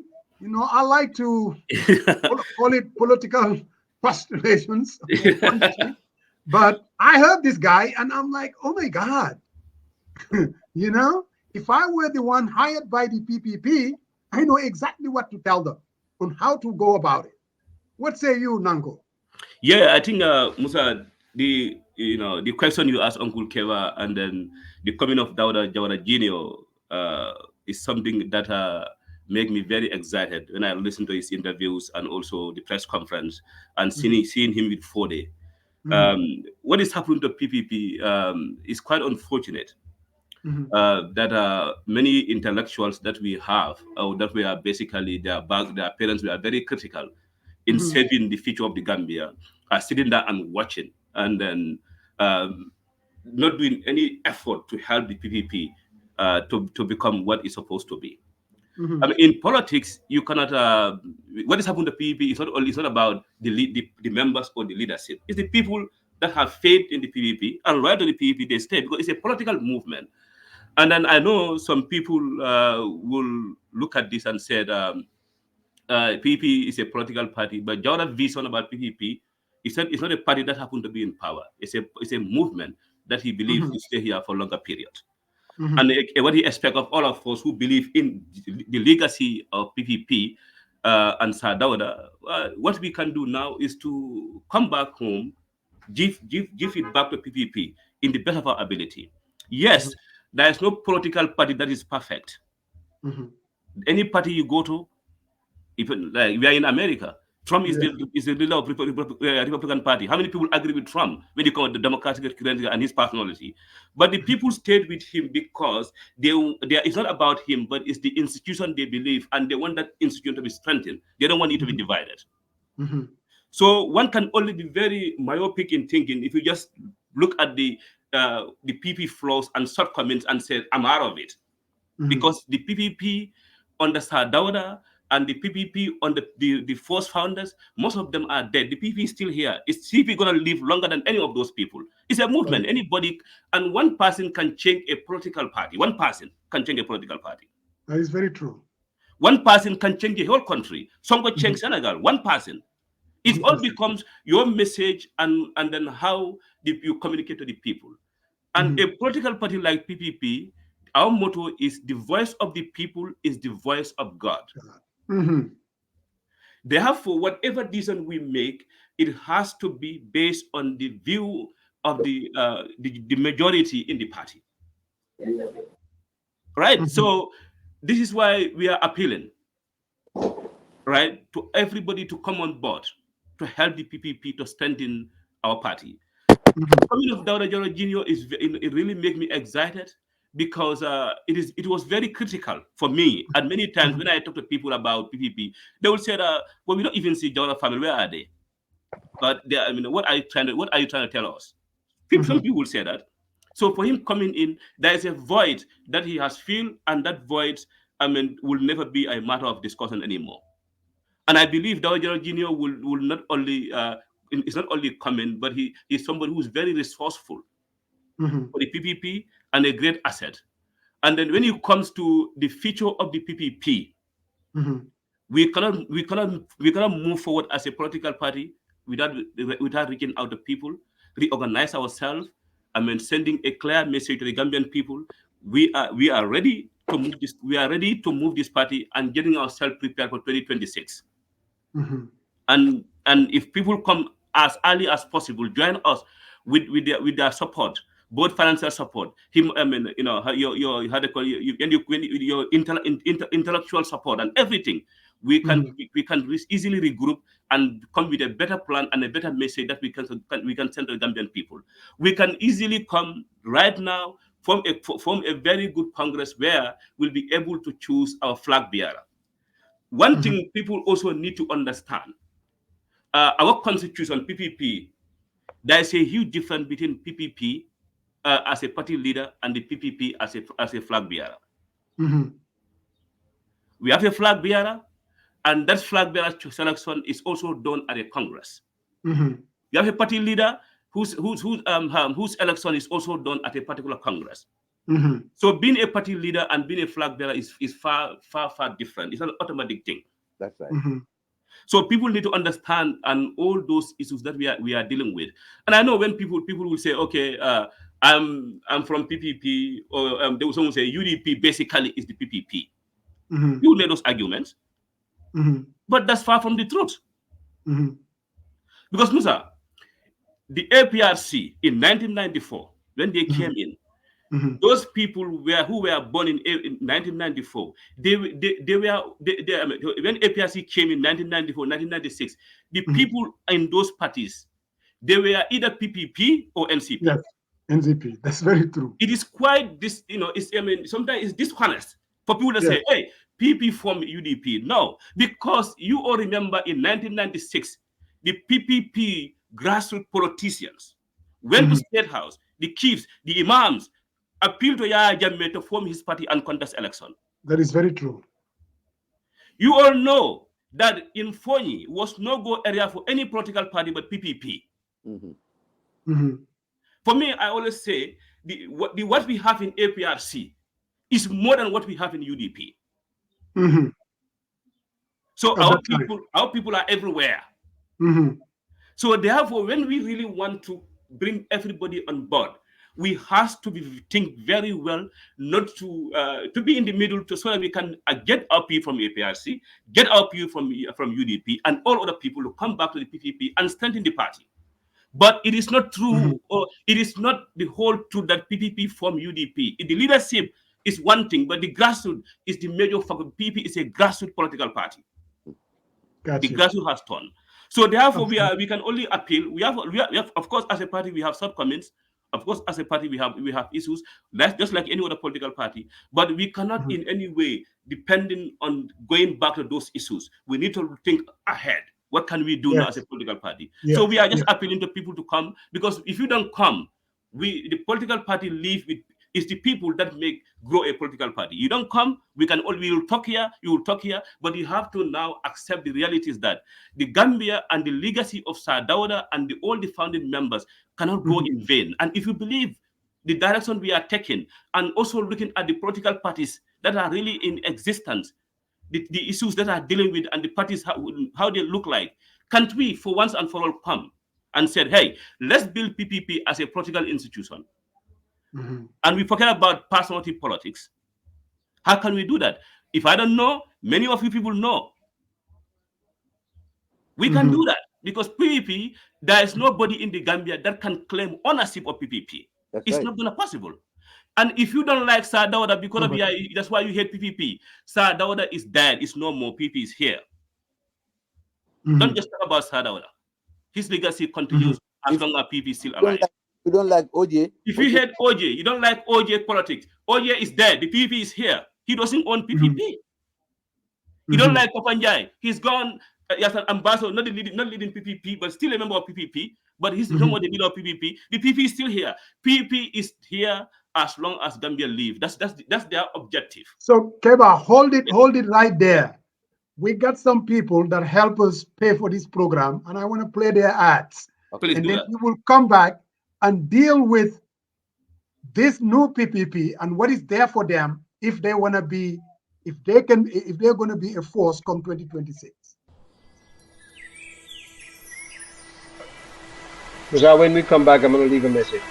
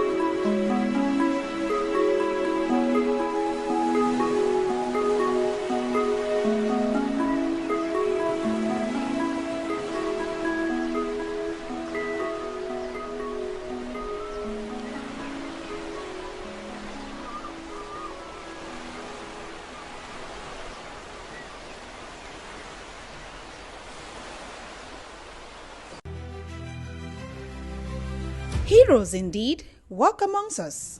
Every day, individuals accomplishing extraordinary feats. And now, the Photo Network proudly presents, live at the Sir Dawda Kebba Jallow Conference Center on Saturday, May 25th, 2024 at 8:30 p.m., the 4th edition of the Heroes Awards, recognizing dedication, sacrifice, innovation, and service, we gather to honor the brightest stars of 2023, from movers and shakers to leaders and shapers.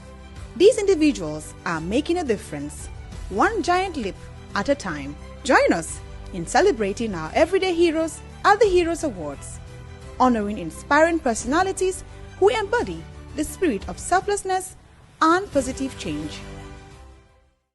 Believe the hype because it's that good. A true kitchen essential. Get Candy Spice products to impress your family and friends with great food, creating flavorful memories. We have pepper sauce, marinades, gourmet spices, barbecue sauces, fruit butter, African snacks, and much more. Every order gets a gift. Yes, you heard that right. Every order gets a gift. Candy Spice, it's handcrafted and all natural. We have options, you choose. Order at www.candyspice.com. Yes. So that was Yeah. Canny Spice. I think Yes. you guys should is Yeah, Musa. Gambian. I just want to learn because I'm trying to make a case. That this is very important. Because for me, um, politics, just like all of us, you have to believe in something, and that's how, because even in religion, if you don't, that's why they said God said you have to know me.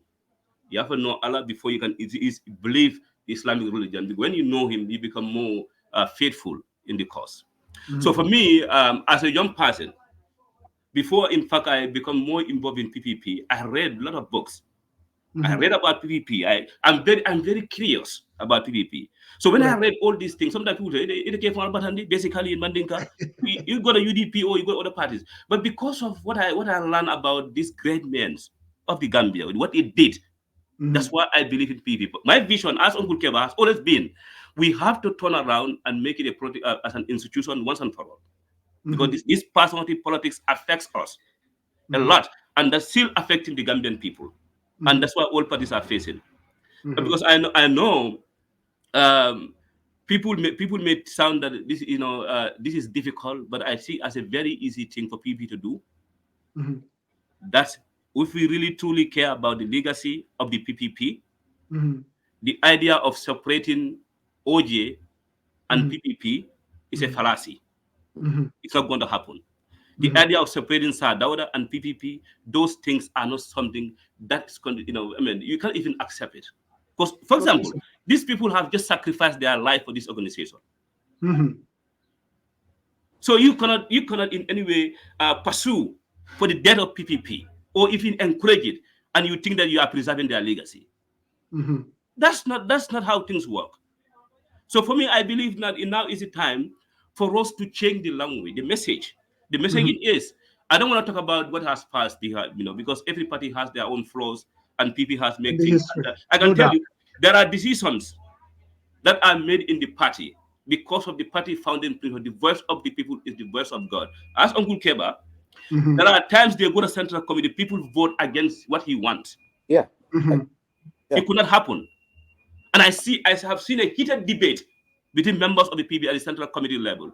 Even in diaspora, those in our diaspora executive, when you have Uncle Kermit meeting, people get, you can ask for it, people get very tense because we have the democratic, we still maintain those democratic values here in the Correct. party. It's not a one man show. So we are appealing to people to understand that PPP should be a political institution where everybody has a stake in it. But we cannot do that thing when we're still thinking about the past. Let's have a renewed hope that we can do this thing. Sadora is there, OJ is there, and all other people are there. The party is. Do we want this party to continue? If we want this party to continue, because it has a good legacy, to be able to have this kind of forums to talk about their legacy, how can you do that? If PP is dead, I will give an example. Perinjai UP was a very dominant party in the Gambia. Yes, and it's dead. Who hear about Perinjai? And Nobody the guy does. has done a very great things for the Gambian people. A political organization is there to enhance and continue and telling their story and defend their story. Absolutely. Once that political institution is dead, we cannot promote PPP in UDP. They won't accept it. No. You cannot promote PPP and APRC, they won't accept it. You They cannot will not. promote PPP and MPP, they won't accept it because they want to promote their party and the Way agenda of bigger. their party Ege and their buwerda. legacy. You So are so therefore, right. Musa, I don't want to, You- I want to give to opportunity to other people to talk, but for No, me, no, no. But I'm you are appealing. so absolutely right. You I'm are so so appealing. absolutely right. I'm You're appealing. absolutely I'm appealing and appealing and appealing. I'm very excited about Fode. Fode is part of our part of the USA chapter. I Mhm. mean, he's very passionate about what he thinks to be done. And Fode is doing everything possible. Back to Gambia now, gonna spend 4 months there to do this thing. Please, let's if we think that we should go beyond personality, let's forget about individuals. Let's think about the party. If we, I may not know how to turn the PB as a political institution, but I think Mhm. all political parties need to look at that. How can you make it Mhm. a political institution once and for all? And whoever becomes the leader, the process and everything should be credible and make sure that the credibility that all everybody will talk about, we have to restore it. That can be restored. How can you restore it? It is now depend on the people that know how to do that. But if you don't Yeah. have few people, we don't know Uh-huh. how to do it, we're gonna continue making the same mistakes. And then that means the future of the party is quietly in question. So, so we're getting to the Wow. we're almost where are we now? We're almost after 3, and I did promise Keba Well, that I wasn't gonna keep him that long.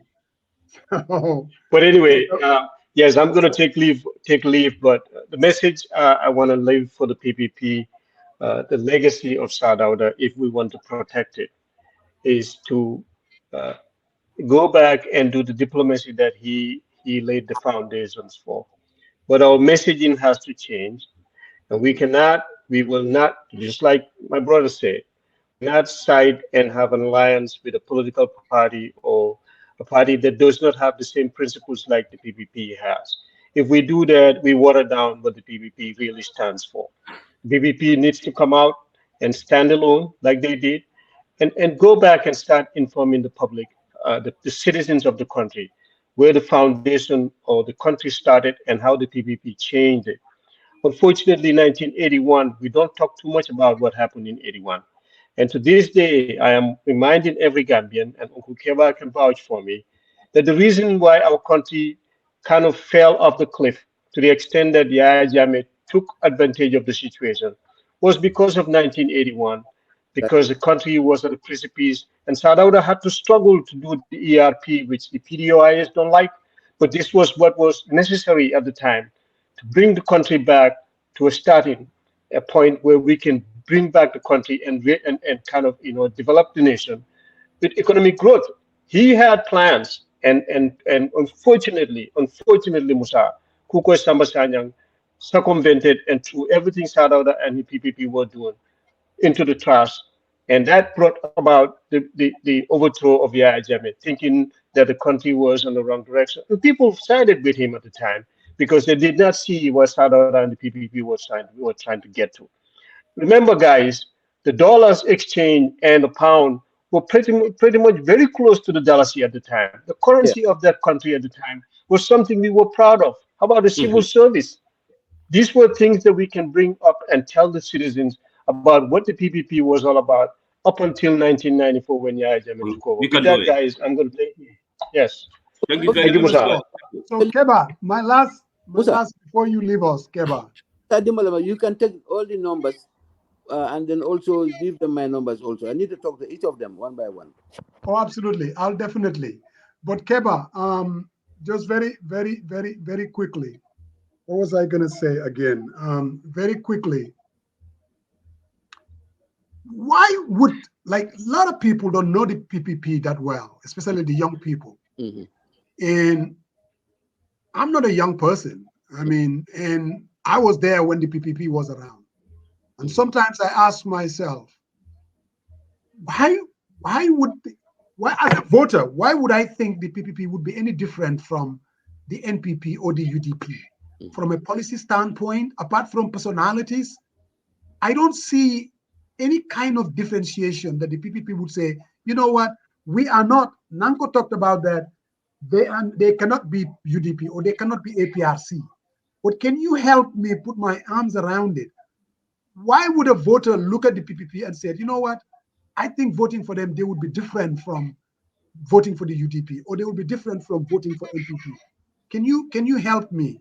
Musa, Apart, we had example. We governed. PPP is on any other party except APRC. Mhm, UDP is not in power yet. Others are not. mhm, But PPP governed, and we will live by our example. Trust mhm, PPP, we can recall agriculture, what we did, mhm, education, health, infrastructure, mhm, and PPP can recall all those things and then compare to what is happening.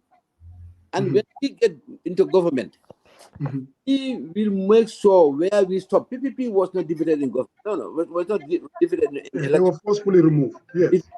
It was removed. Exactly. Mhm, We never even completed what we were planning to do. So everything came to a standstill one time, but the mhm, legacy of PPP standpoint was still there. The mhm, culture, in fact, is one area that really disturbed me. If Barrow had gone through, and Yaya had good slogan, eat what you grow, grow what you eat. I like that. Trust me, I like that. But unfortunately, grow for him and eat for him. That is the dark side of it. But that I it's like true. that he failed in that side. Grow what you eat. Mhm, That I like that slogan. But Barrow never went through it. Today there is so much not poverty, but there is more in self-sufficiency, mhm, insufficiency of food production. If Gambia can import all those rice and we have fertile land, mhm, everything is in short supply. Why would that happen? PPP would mhm, do something different. We would do something different. We'll concentrate on agriculture, mhm, education, and the things that go with it. So we will be totally different. Musa, mhm, in 5 years, we will promise Gambians there will be no hunger in the Gambia. That is the mhm, way we will do it. Look, if you mhm, go to Fuladu, it's mhm, all rice fields. mhm, We'll make sure we concentrate there. We produce rice as much as possible. We have mhm, storage there. Sell them to Gambia. If you mhm, go to Nyomis, Dugub, they have a lot of Dugub there. Kus, we will make sure we help those people and we grow Dugub and have mhm, storage there. mhm, If you go to Basse, they mhm, grow peanut and all those mhm, will happen. We will concentrate certain areas which produce more. Make mhm, sure we have storages, sell them, the rest we keep it for our own consumption. We will do things differently. These mhm, people don't have that idea. And we mhm, have experienced people, some of them are alive, mhm, others are still in the records. We'll move mhm, on. But that is the difference. mhm. Difference is go back to our records and see what PPP was doing. It's not going That's to right. be, and then we'll bring in new faces. It's Mhm. going to be no, Musa. It's going to be different totally. Yeah. And Musa, I mean, just to Kebba. just to just to come back to that, when you say Mhm, what is the difference between PPP and the parties here, mhm, I can tell you there are significant differences mhm, because the PPP is for the voice of the people is the voice of God. We are there for the people. mhm.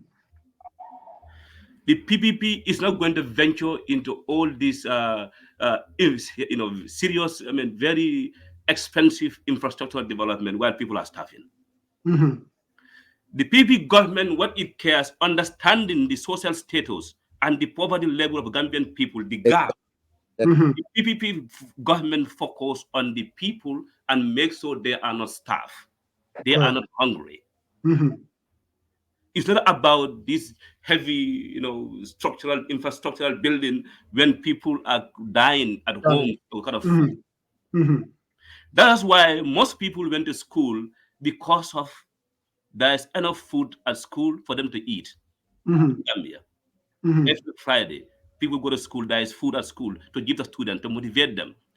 Where I'm from, Barajali or Brikamaba, where I'm settled, Mhm. in those days we don't even rice these imported, how they call it, rice. We said Right. Mhm. Jahal Pachar was few years away to produce what the Gambian people need. In fact, we used to export cottons and other things outside the Gambia. So Mhm. we focus on, because knowing in Gambia we need to focus on agriculture and enhance it. so that people Mhm. can grow exactly what they want. So we are the PPP is for the people. It's not about government get up and decide this is what I want to do. I don't care what the people think. Because what Mhm. the people really want in Gambia is that the food basket is expensive. Yes, there are a lot of economic situations in the world, but the investment that are done in other areas, if it's really invested in the Gambia, Mhm. in the Gambia, to the Gambian people, will be able to how they call it, help to subsidize those costs and also enhance agriculture. Mhm. So that's a huge difference. But again, as Dawara Junior said, we Mhm. come to a time where the PPP will have to look at the current situation and Mhm. redefine ourselves and come with the actual message that we think we understand the Gambian people. Yeah. Mhm. I think that's very key. And Musa, you can see. I mean, people will say, "What our political philosophy?" And I always Mhm. say, the party has defined itself. Today, in those days, the progressive democratic movements are not many, but PPP is Mhm. already a progressive party. Party. Absolutely. We are a we are a progressive party. What Mm. we always look for a way to create avenues where there is progress and where there is development. So Mhm. there are a lot of differences in our and again, I see my sister Tukulorisi is pulling my legs. I mean, that's what she does anytime I come to the show. But again, she's my sister. I'm not gonna go anything that she said. But again, Yeah. hopefully we're gonna chat more about those issues because we need people like her. We need. Yes, I know she have a lot of issues with PvP. I it understand. does. It I know. does. It does. I But understand. But yeah, which I is to be understand. expected. Which is I to be understand. expected. But we are also happy to say we have his brother, Babu Garci, who just registered as a member and has been a member since then, and also part of our executive committee. And that's his elder So brother. You guys need to bring her back. You Yeah, need no, to we're bring gonna get because her back. We're Tukulor. gonna get her back. Musa, It happens. We're gonna get her back. Yeah, Keba. Musa, Yes, send me her number. I will engage her. Please. I'll send you her number, no because doubt, she's coming back. because she Because doesn't she have have a no home. choice. She have no choice. Let We're me gonna tell you bring, we're gonna something bring her about. back. Let me Yes, she tell have you something issues. about Tukulor. Yeah, we are Tukulor family. has been there. Tukulor has been there for the longest, Okay. all the way going back to the Gambia L days. And Oh, this very liberation that we are talking about, yeah. I always tell this story. Few weeks before we had that meeting, the convention that Barrow was elected, money was not coming. You guys were in trouble. The former vice president contacted the Tukulor seas of this world. I had a conversation with Tukulor getting out of Okche Highway. I'm like, Fatu Kamara and Tukulor, you guys need to come up so that we can raise the money.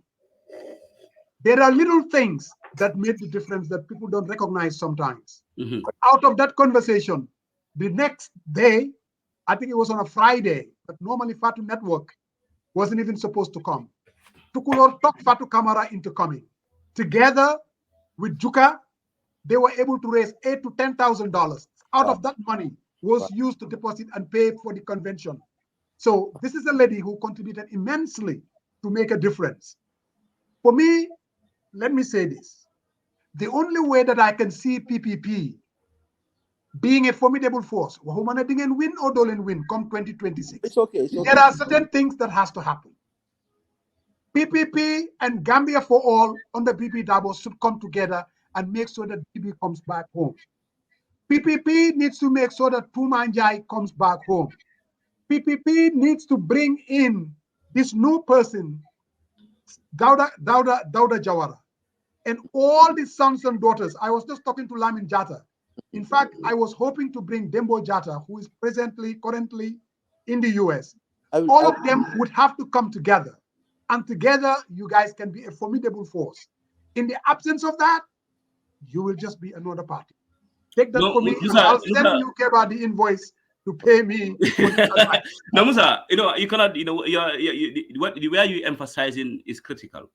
What I understand, we the people advocating for PEP, I mean, I think it's now time for us to listen. We have to listen. I mean, also be open up, accommodate, engage. Because PPP, what we know is diplomacy. We can have serious deficiencies, problems, and all. But when you politics is about diplomacy, and we don't know politics of antagonism.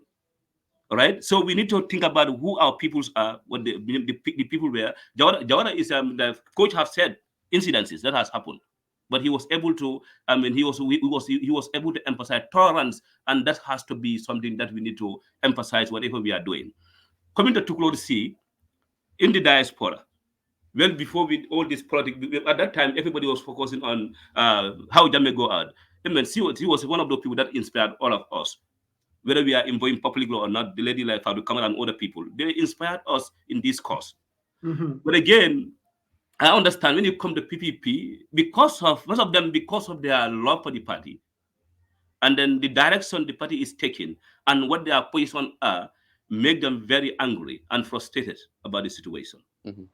And I always said this too: when decisions are made in a political party, only the members make that decision. Mhm. And if you really want to influence that decision to make sure the party stay on course, what is right to do is to now get up, be a member, so that those decisions that you dislike will not be actually, the party will never go there, because now you have a voice in the party and participating in the decision making process. So what we have now, I will further emphasize this. We all know that in any political party, at any given time, or in anywhere, one person got to be the most influential person in that party or in that organization, no matter how you like it or dislike it.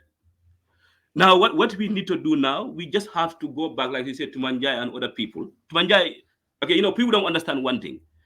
Uncle Keba, wife, and Thomas, how they call it, father, they get it from the same father. Uncle Keba can clarify. Yeah. Tumanja is my sister. We basically, I see Tumanja as very committed to the I mean, cause of PPP. Keba, I mean, I know, I don't want even to over. Yeah. So all I'm saying is, yes. Mhm. The party will only be formidable Mhm. if you join forces together and bring some of these people back home, and Of that course. would be the only way, I believe, and this is just my opinion, that you can even begin to be competitive as a political party, to be recognized. But as long as you play second fiddle and to be seen as second fiddle to the NPP, you will only remain to be an afterthought. No party can function to be seen as leaning. No, this one, Musa, Another this one, Musa, I'm emphasizing. Musa, this one emphasizing. We can only try on our part. We can only try to engage them. If they said no, we can only do less, Musa. Well, I'm You not know? saying to. I'm No, just no. saying What I'm saying, no, what the I'm way saying, that I see. no. That's why I'm appealing. That's why I'm appealing. I'm trying to come back to your point. I'm appealing. Let both sides, let us try to reconsider. I'm not saying what you say. What you say is the right thing. But again, we want to enforce that both sides need to reconsider and forget Absolutely, about our past and come absolutely, together. As absolutely. we are appealing to PEP to do that thing, is exactly what we are doing. But we want them to understand what is at stake. Right. Let's forget about the past. Let us agree to a point to Nango, reconcile and move ahead.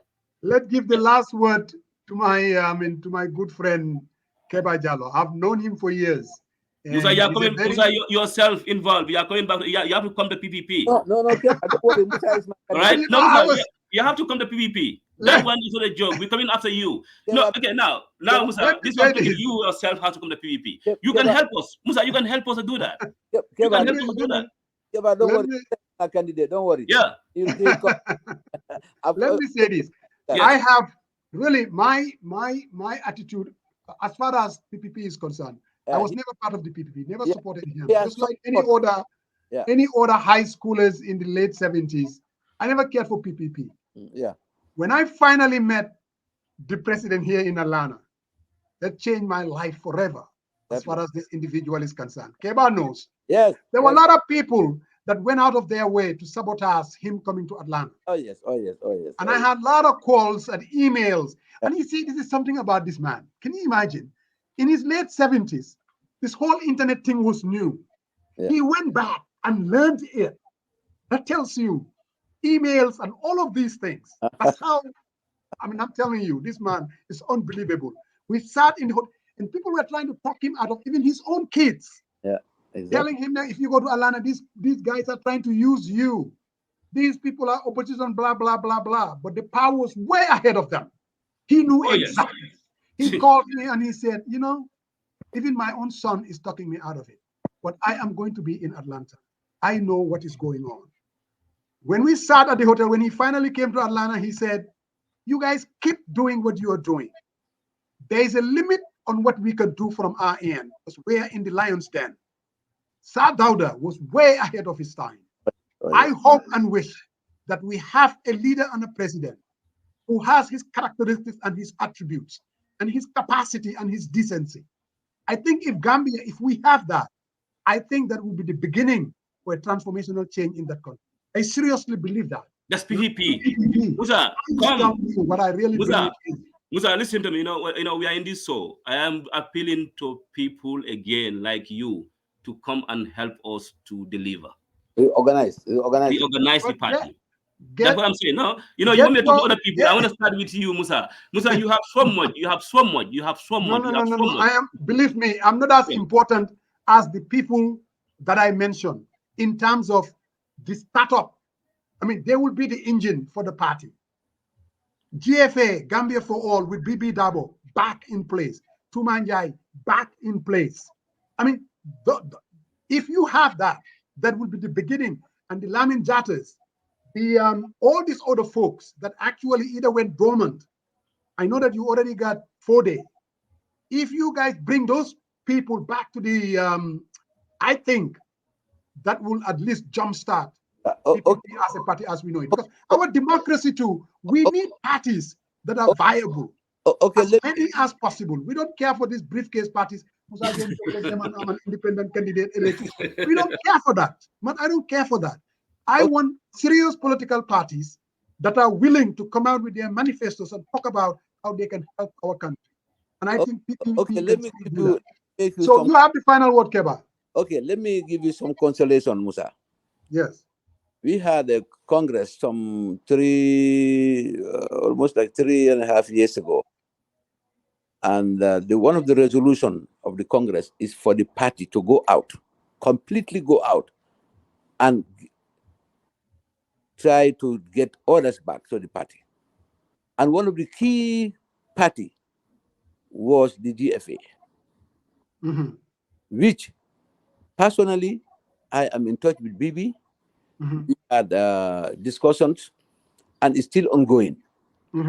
There's nothing, I don't want to jump the gun, but it's still ongoing. With GFA, our side met with their people. We are meeting. Nothing is concrete.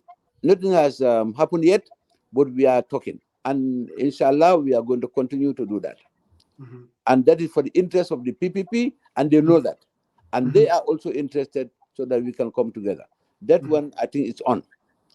Now, for Jawara Junior and Fode, I think their comment is a blessing because, as we said, it's a big plus from the family, from the families, I can say, and from the general Gambian people. Jawara is calm and has good demeanor, and he was never tainted in any way in the Gambia. He has a good background. He's well placed. And one thing I like about him, if he speaks, you think it's Jawara speaking. Yes. He has everything resembling Sadawda. So that is a big plus for him. But he has a lot of work to do. I told him, I said, Dawda, go ahead and get some of your people back. He said, no, will come? Some of them will come. Others will come gradually. So I'm happy that he's working on. For Tuma, the matter between Tuma and Kebba Jallow and PPP is before the courts. I don't comment too much on that. That's the only. That's why when people talk about Tuma, I just buy that much because it's before the courts. Tuma took to Kebba Jallow and PPP to court, so it's there. But what I can say is whether it's PPP or UDP or DOI, you have to abide by the rules of the party of the game. You have to abide by that. Definitely, you cannot do otherwise. You cannot be in the game and go or do otherwise. That's the only thing. Tuma has to abide and conform with the party. The door is open. I am asked to contact them, but right now I cannot contact her because the matter is before the courts. Correct. Once that is there, let us leave it at that until it is settled. But Tuma, so the other thing, nobody talks about Tuma, whether the family or people. She is well known. She is well established. But then, what can we do? Nothing right now. So Keba, the other important thing that I think is really out there, I think even the Dauda Jr. mentioned it, is the PPP assets. And I'm thinking now that dictatorship is over, we're in a democracy, your assets were seized by the dictator. I mean, I would have thought by now that there should have been a resolution to give you your assets back to the PPP. I Yeah. mean, there's a lot of talk about the PPP bureau that used to be out there. I mean, it's still, I mean, your property, I would think. Mhm. I mean, That, how far have you guys gone in terms of getting these things back? that is true. Actually, that issue is ongoing. We approached the president many times, two, three, four times, whatever. But then the whole issue is not even about the president or the government. We have some internal issues that we are trying to sort out, and we are almost at the tail end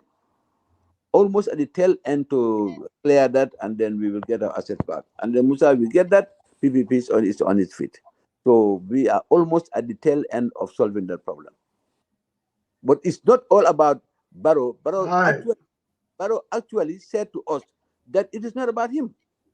He has no interest holding on to our assets. So just to make you a little bit comfortable, so we are trying to solve those Correct. internal. Once that is done, hopefully by very soon, in the next 1 month, we will be on our feet.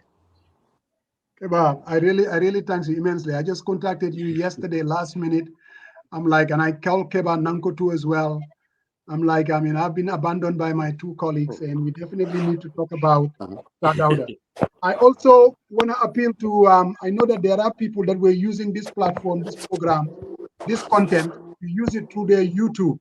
No, And I Musa. would want them to desist doing that because we do have our own YouTube channel, and we're going to be, I mean, broadcasting through YouTube as well.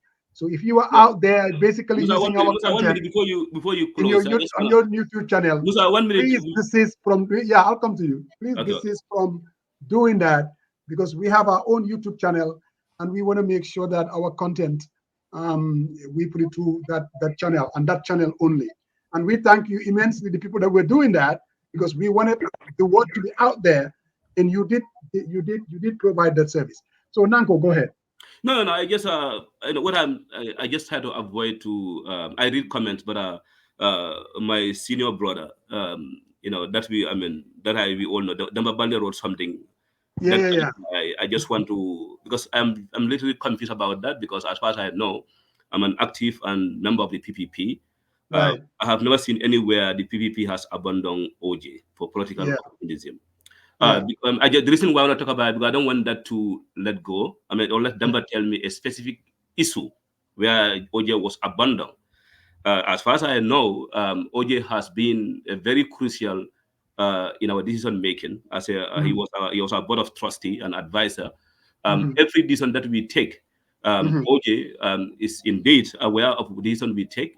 Yes, at some point, as I said, he may disagree and agree on it, but PP is not an individual matter. As I Mm-hmm. said, we have discussion. We vote against issues that the party leader want, and we also agree on issues that the party leader wanted. But as far as I know, the PP has not surrendered themselves to Barrow. What has happened was we were in alliance with how they call, with MPP, just like Mm-hmm. how you all cried at the time in 2016. Parties has to come on board and support a coalition movement.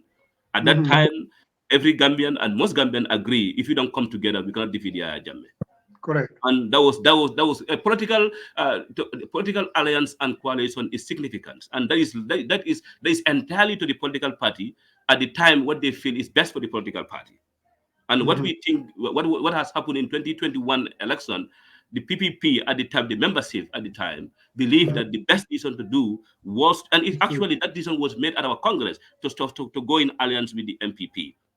So just to clarify, because I don't know what Demba Baldwin mean, and I Yeah. won't be specific about it, because I don't know how we abandon OJ. I mean, Yeah. that would be disheartening for anybody to abandon OJ in the PPP. So I didn't know it, and PPP will never surrender themselves to any political party, and then we are a standalone political party. You all remember the case we were trying to contest for mayorship in Banjul. Correct. Jawa was our candidate. But what Mm-hmm. the NPP did, because they have power, they took him away. But we Yeah. contested, we have, you don't have we have limited resources, but we Definitely. contested against them no matter what. We did our best Mm-hmm. to make so that we contest against them. So therefore, if we are in alliance, we will not do that. So we don't Yeah. abandon Sadawada, we don't abandon OJ. We make a decision that we think at the time, the membership majority believe at the time is best for Was them in the interest of the party. to do. Well, Kebba, We want to we want to appeal again to all of for anybody who at some point believe in PPP legacy to join us. Forget about our yes, we have shortcomings, we have problems. We want to engage, give us the opportunity so that we can have a new beginning and get a new hope for the Gambia and for the PPP. Thank you so much. thank you very much. Yeah. Kebba, again, thank you very much. Kebba, Musa, but we have to meet. We are all in Atlanta. We have to sit down and meet. oh, absolutely. We'll definitely find time. Printed in America here with Kebba Nanko. So anybody who is in America and wants to register into with PPP, contact Kebba Nanko. It's $20. That's it. In Gambia, it's $100. So you have a. Thank you, Uncle. Thank you, Uncle Musa. I'm gonna make a membership card for you for free, $20. Everybody in the diaspora. Our membership card is available. Yeah, I'm still, even though people put me in different groups, I'm still. Yes. You see, Bob Touré said I've been PPP since the Yes, time. $20 for membership card. Everybody should register as a member. We Oh, are going boy, to organize. Yes, please. I'm an independent, card-carrying independent personality. Okay. And like I said, when I see a leader that is progressive, a leader that I believe can transform this country, that is one leader that I will not shy away to come here and say. Just like I said, the Gambia needs something like Sadauda. If we have that, that will be the beginning to bring about change. I really seriously believe that. But again, guys, thank you very much, Kebba Nanko. Thank you very much, Kebba Jallow. And thank you for all our contributors. Thank you, Jibril Fadia. Thank you, Sol Baji. Thank you. Who else am I missing? This number, please. Yes, Uncle, call Andy Tuklor Tuklor C is a baby, but he's very upset. Let's I know, but you guys will have to sort that out. And then Tuklor C should understand people. So there's something that we can agree on. We may not give her what she wants, but there's something we can put on the table for her. You know what I'm saying? I hear you. Yes, she's upset. Uncle, and get to her. She can help us to do this thing. She has a voice. She's an asset. I can tell you that. So if I were you, please get me. I'll give you Tukulo's number, and then we'll take it from there. Yeah, we take it from there. Thank you so much. Musa, for giving us this opportunity. Oh, absolutely. And thank you, Uncle Kebba. It's a honor to be with you on this platform. Talk about PPP. I'm very happy to put our ideas and the legacy of Sador and the PPP. Thank you very much. We want to thank Global. We want to thank Global Properties. We want to thank Canis Spice, and we also want to thank Heroes. It's coming this Saturday. Fatou Kamara, a very dynamic, independent lady. She knows how to make things happen. She's a doer. If you're out there in the Gambia, please go and support this young lady. Gambia needs a whole lot of people like Fatou Kamara. She's a doer. That is well. All right, guys. Thank you very much. Thank you, Musa. Thank you so much. Thank you. Bye-bye.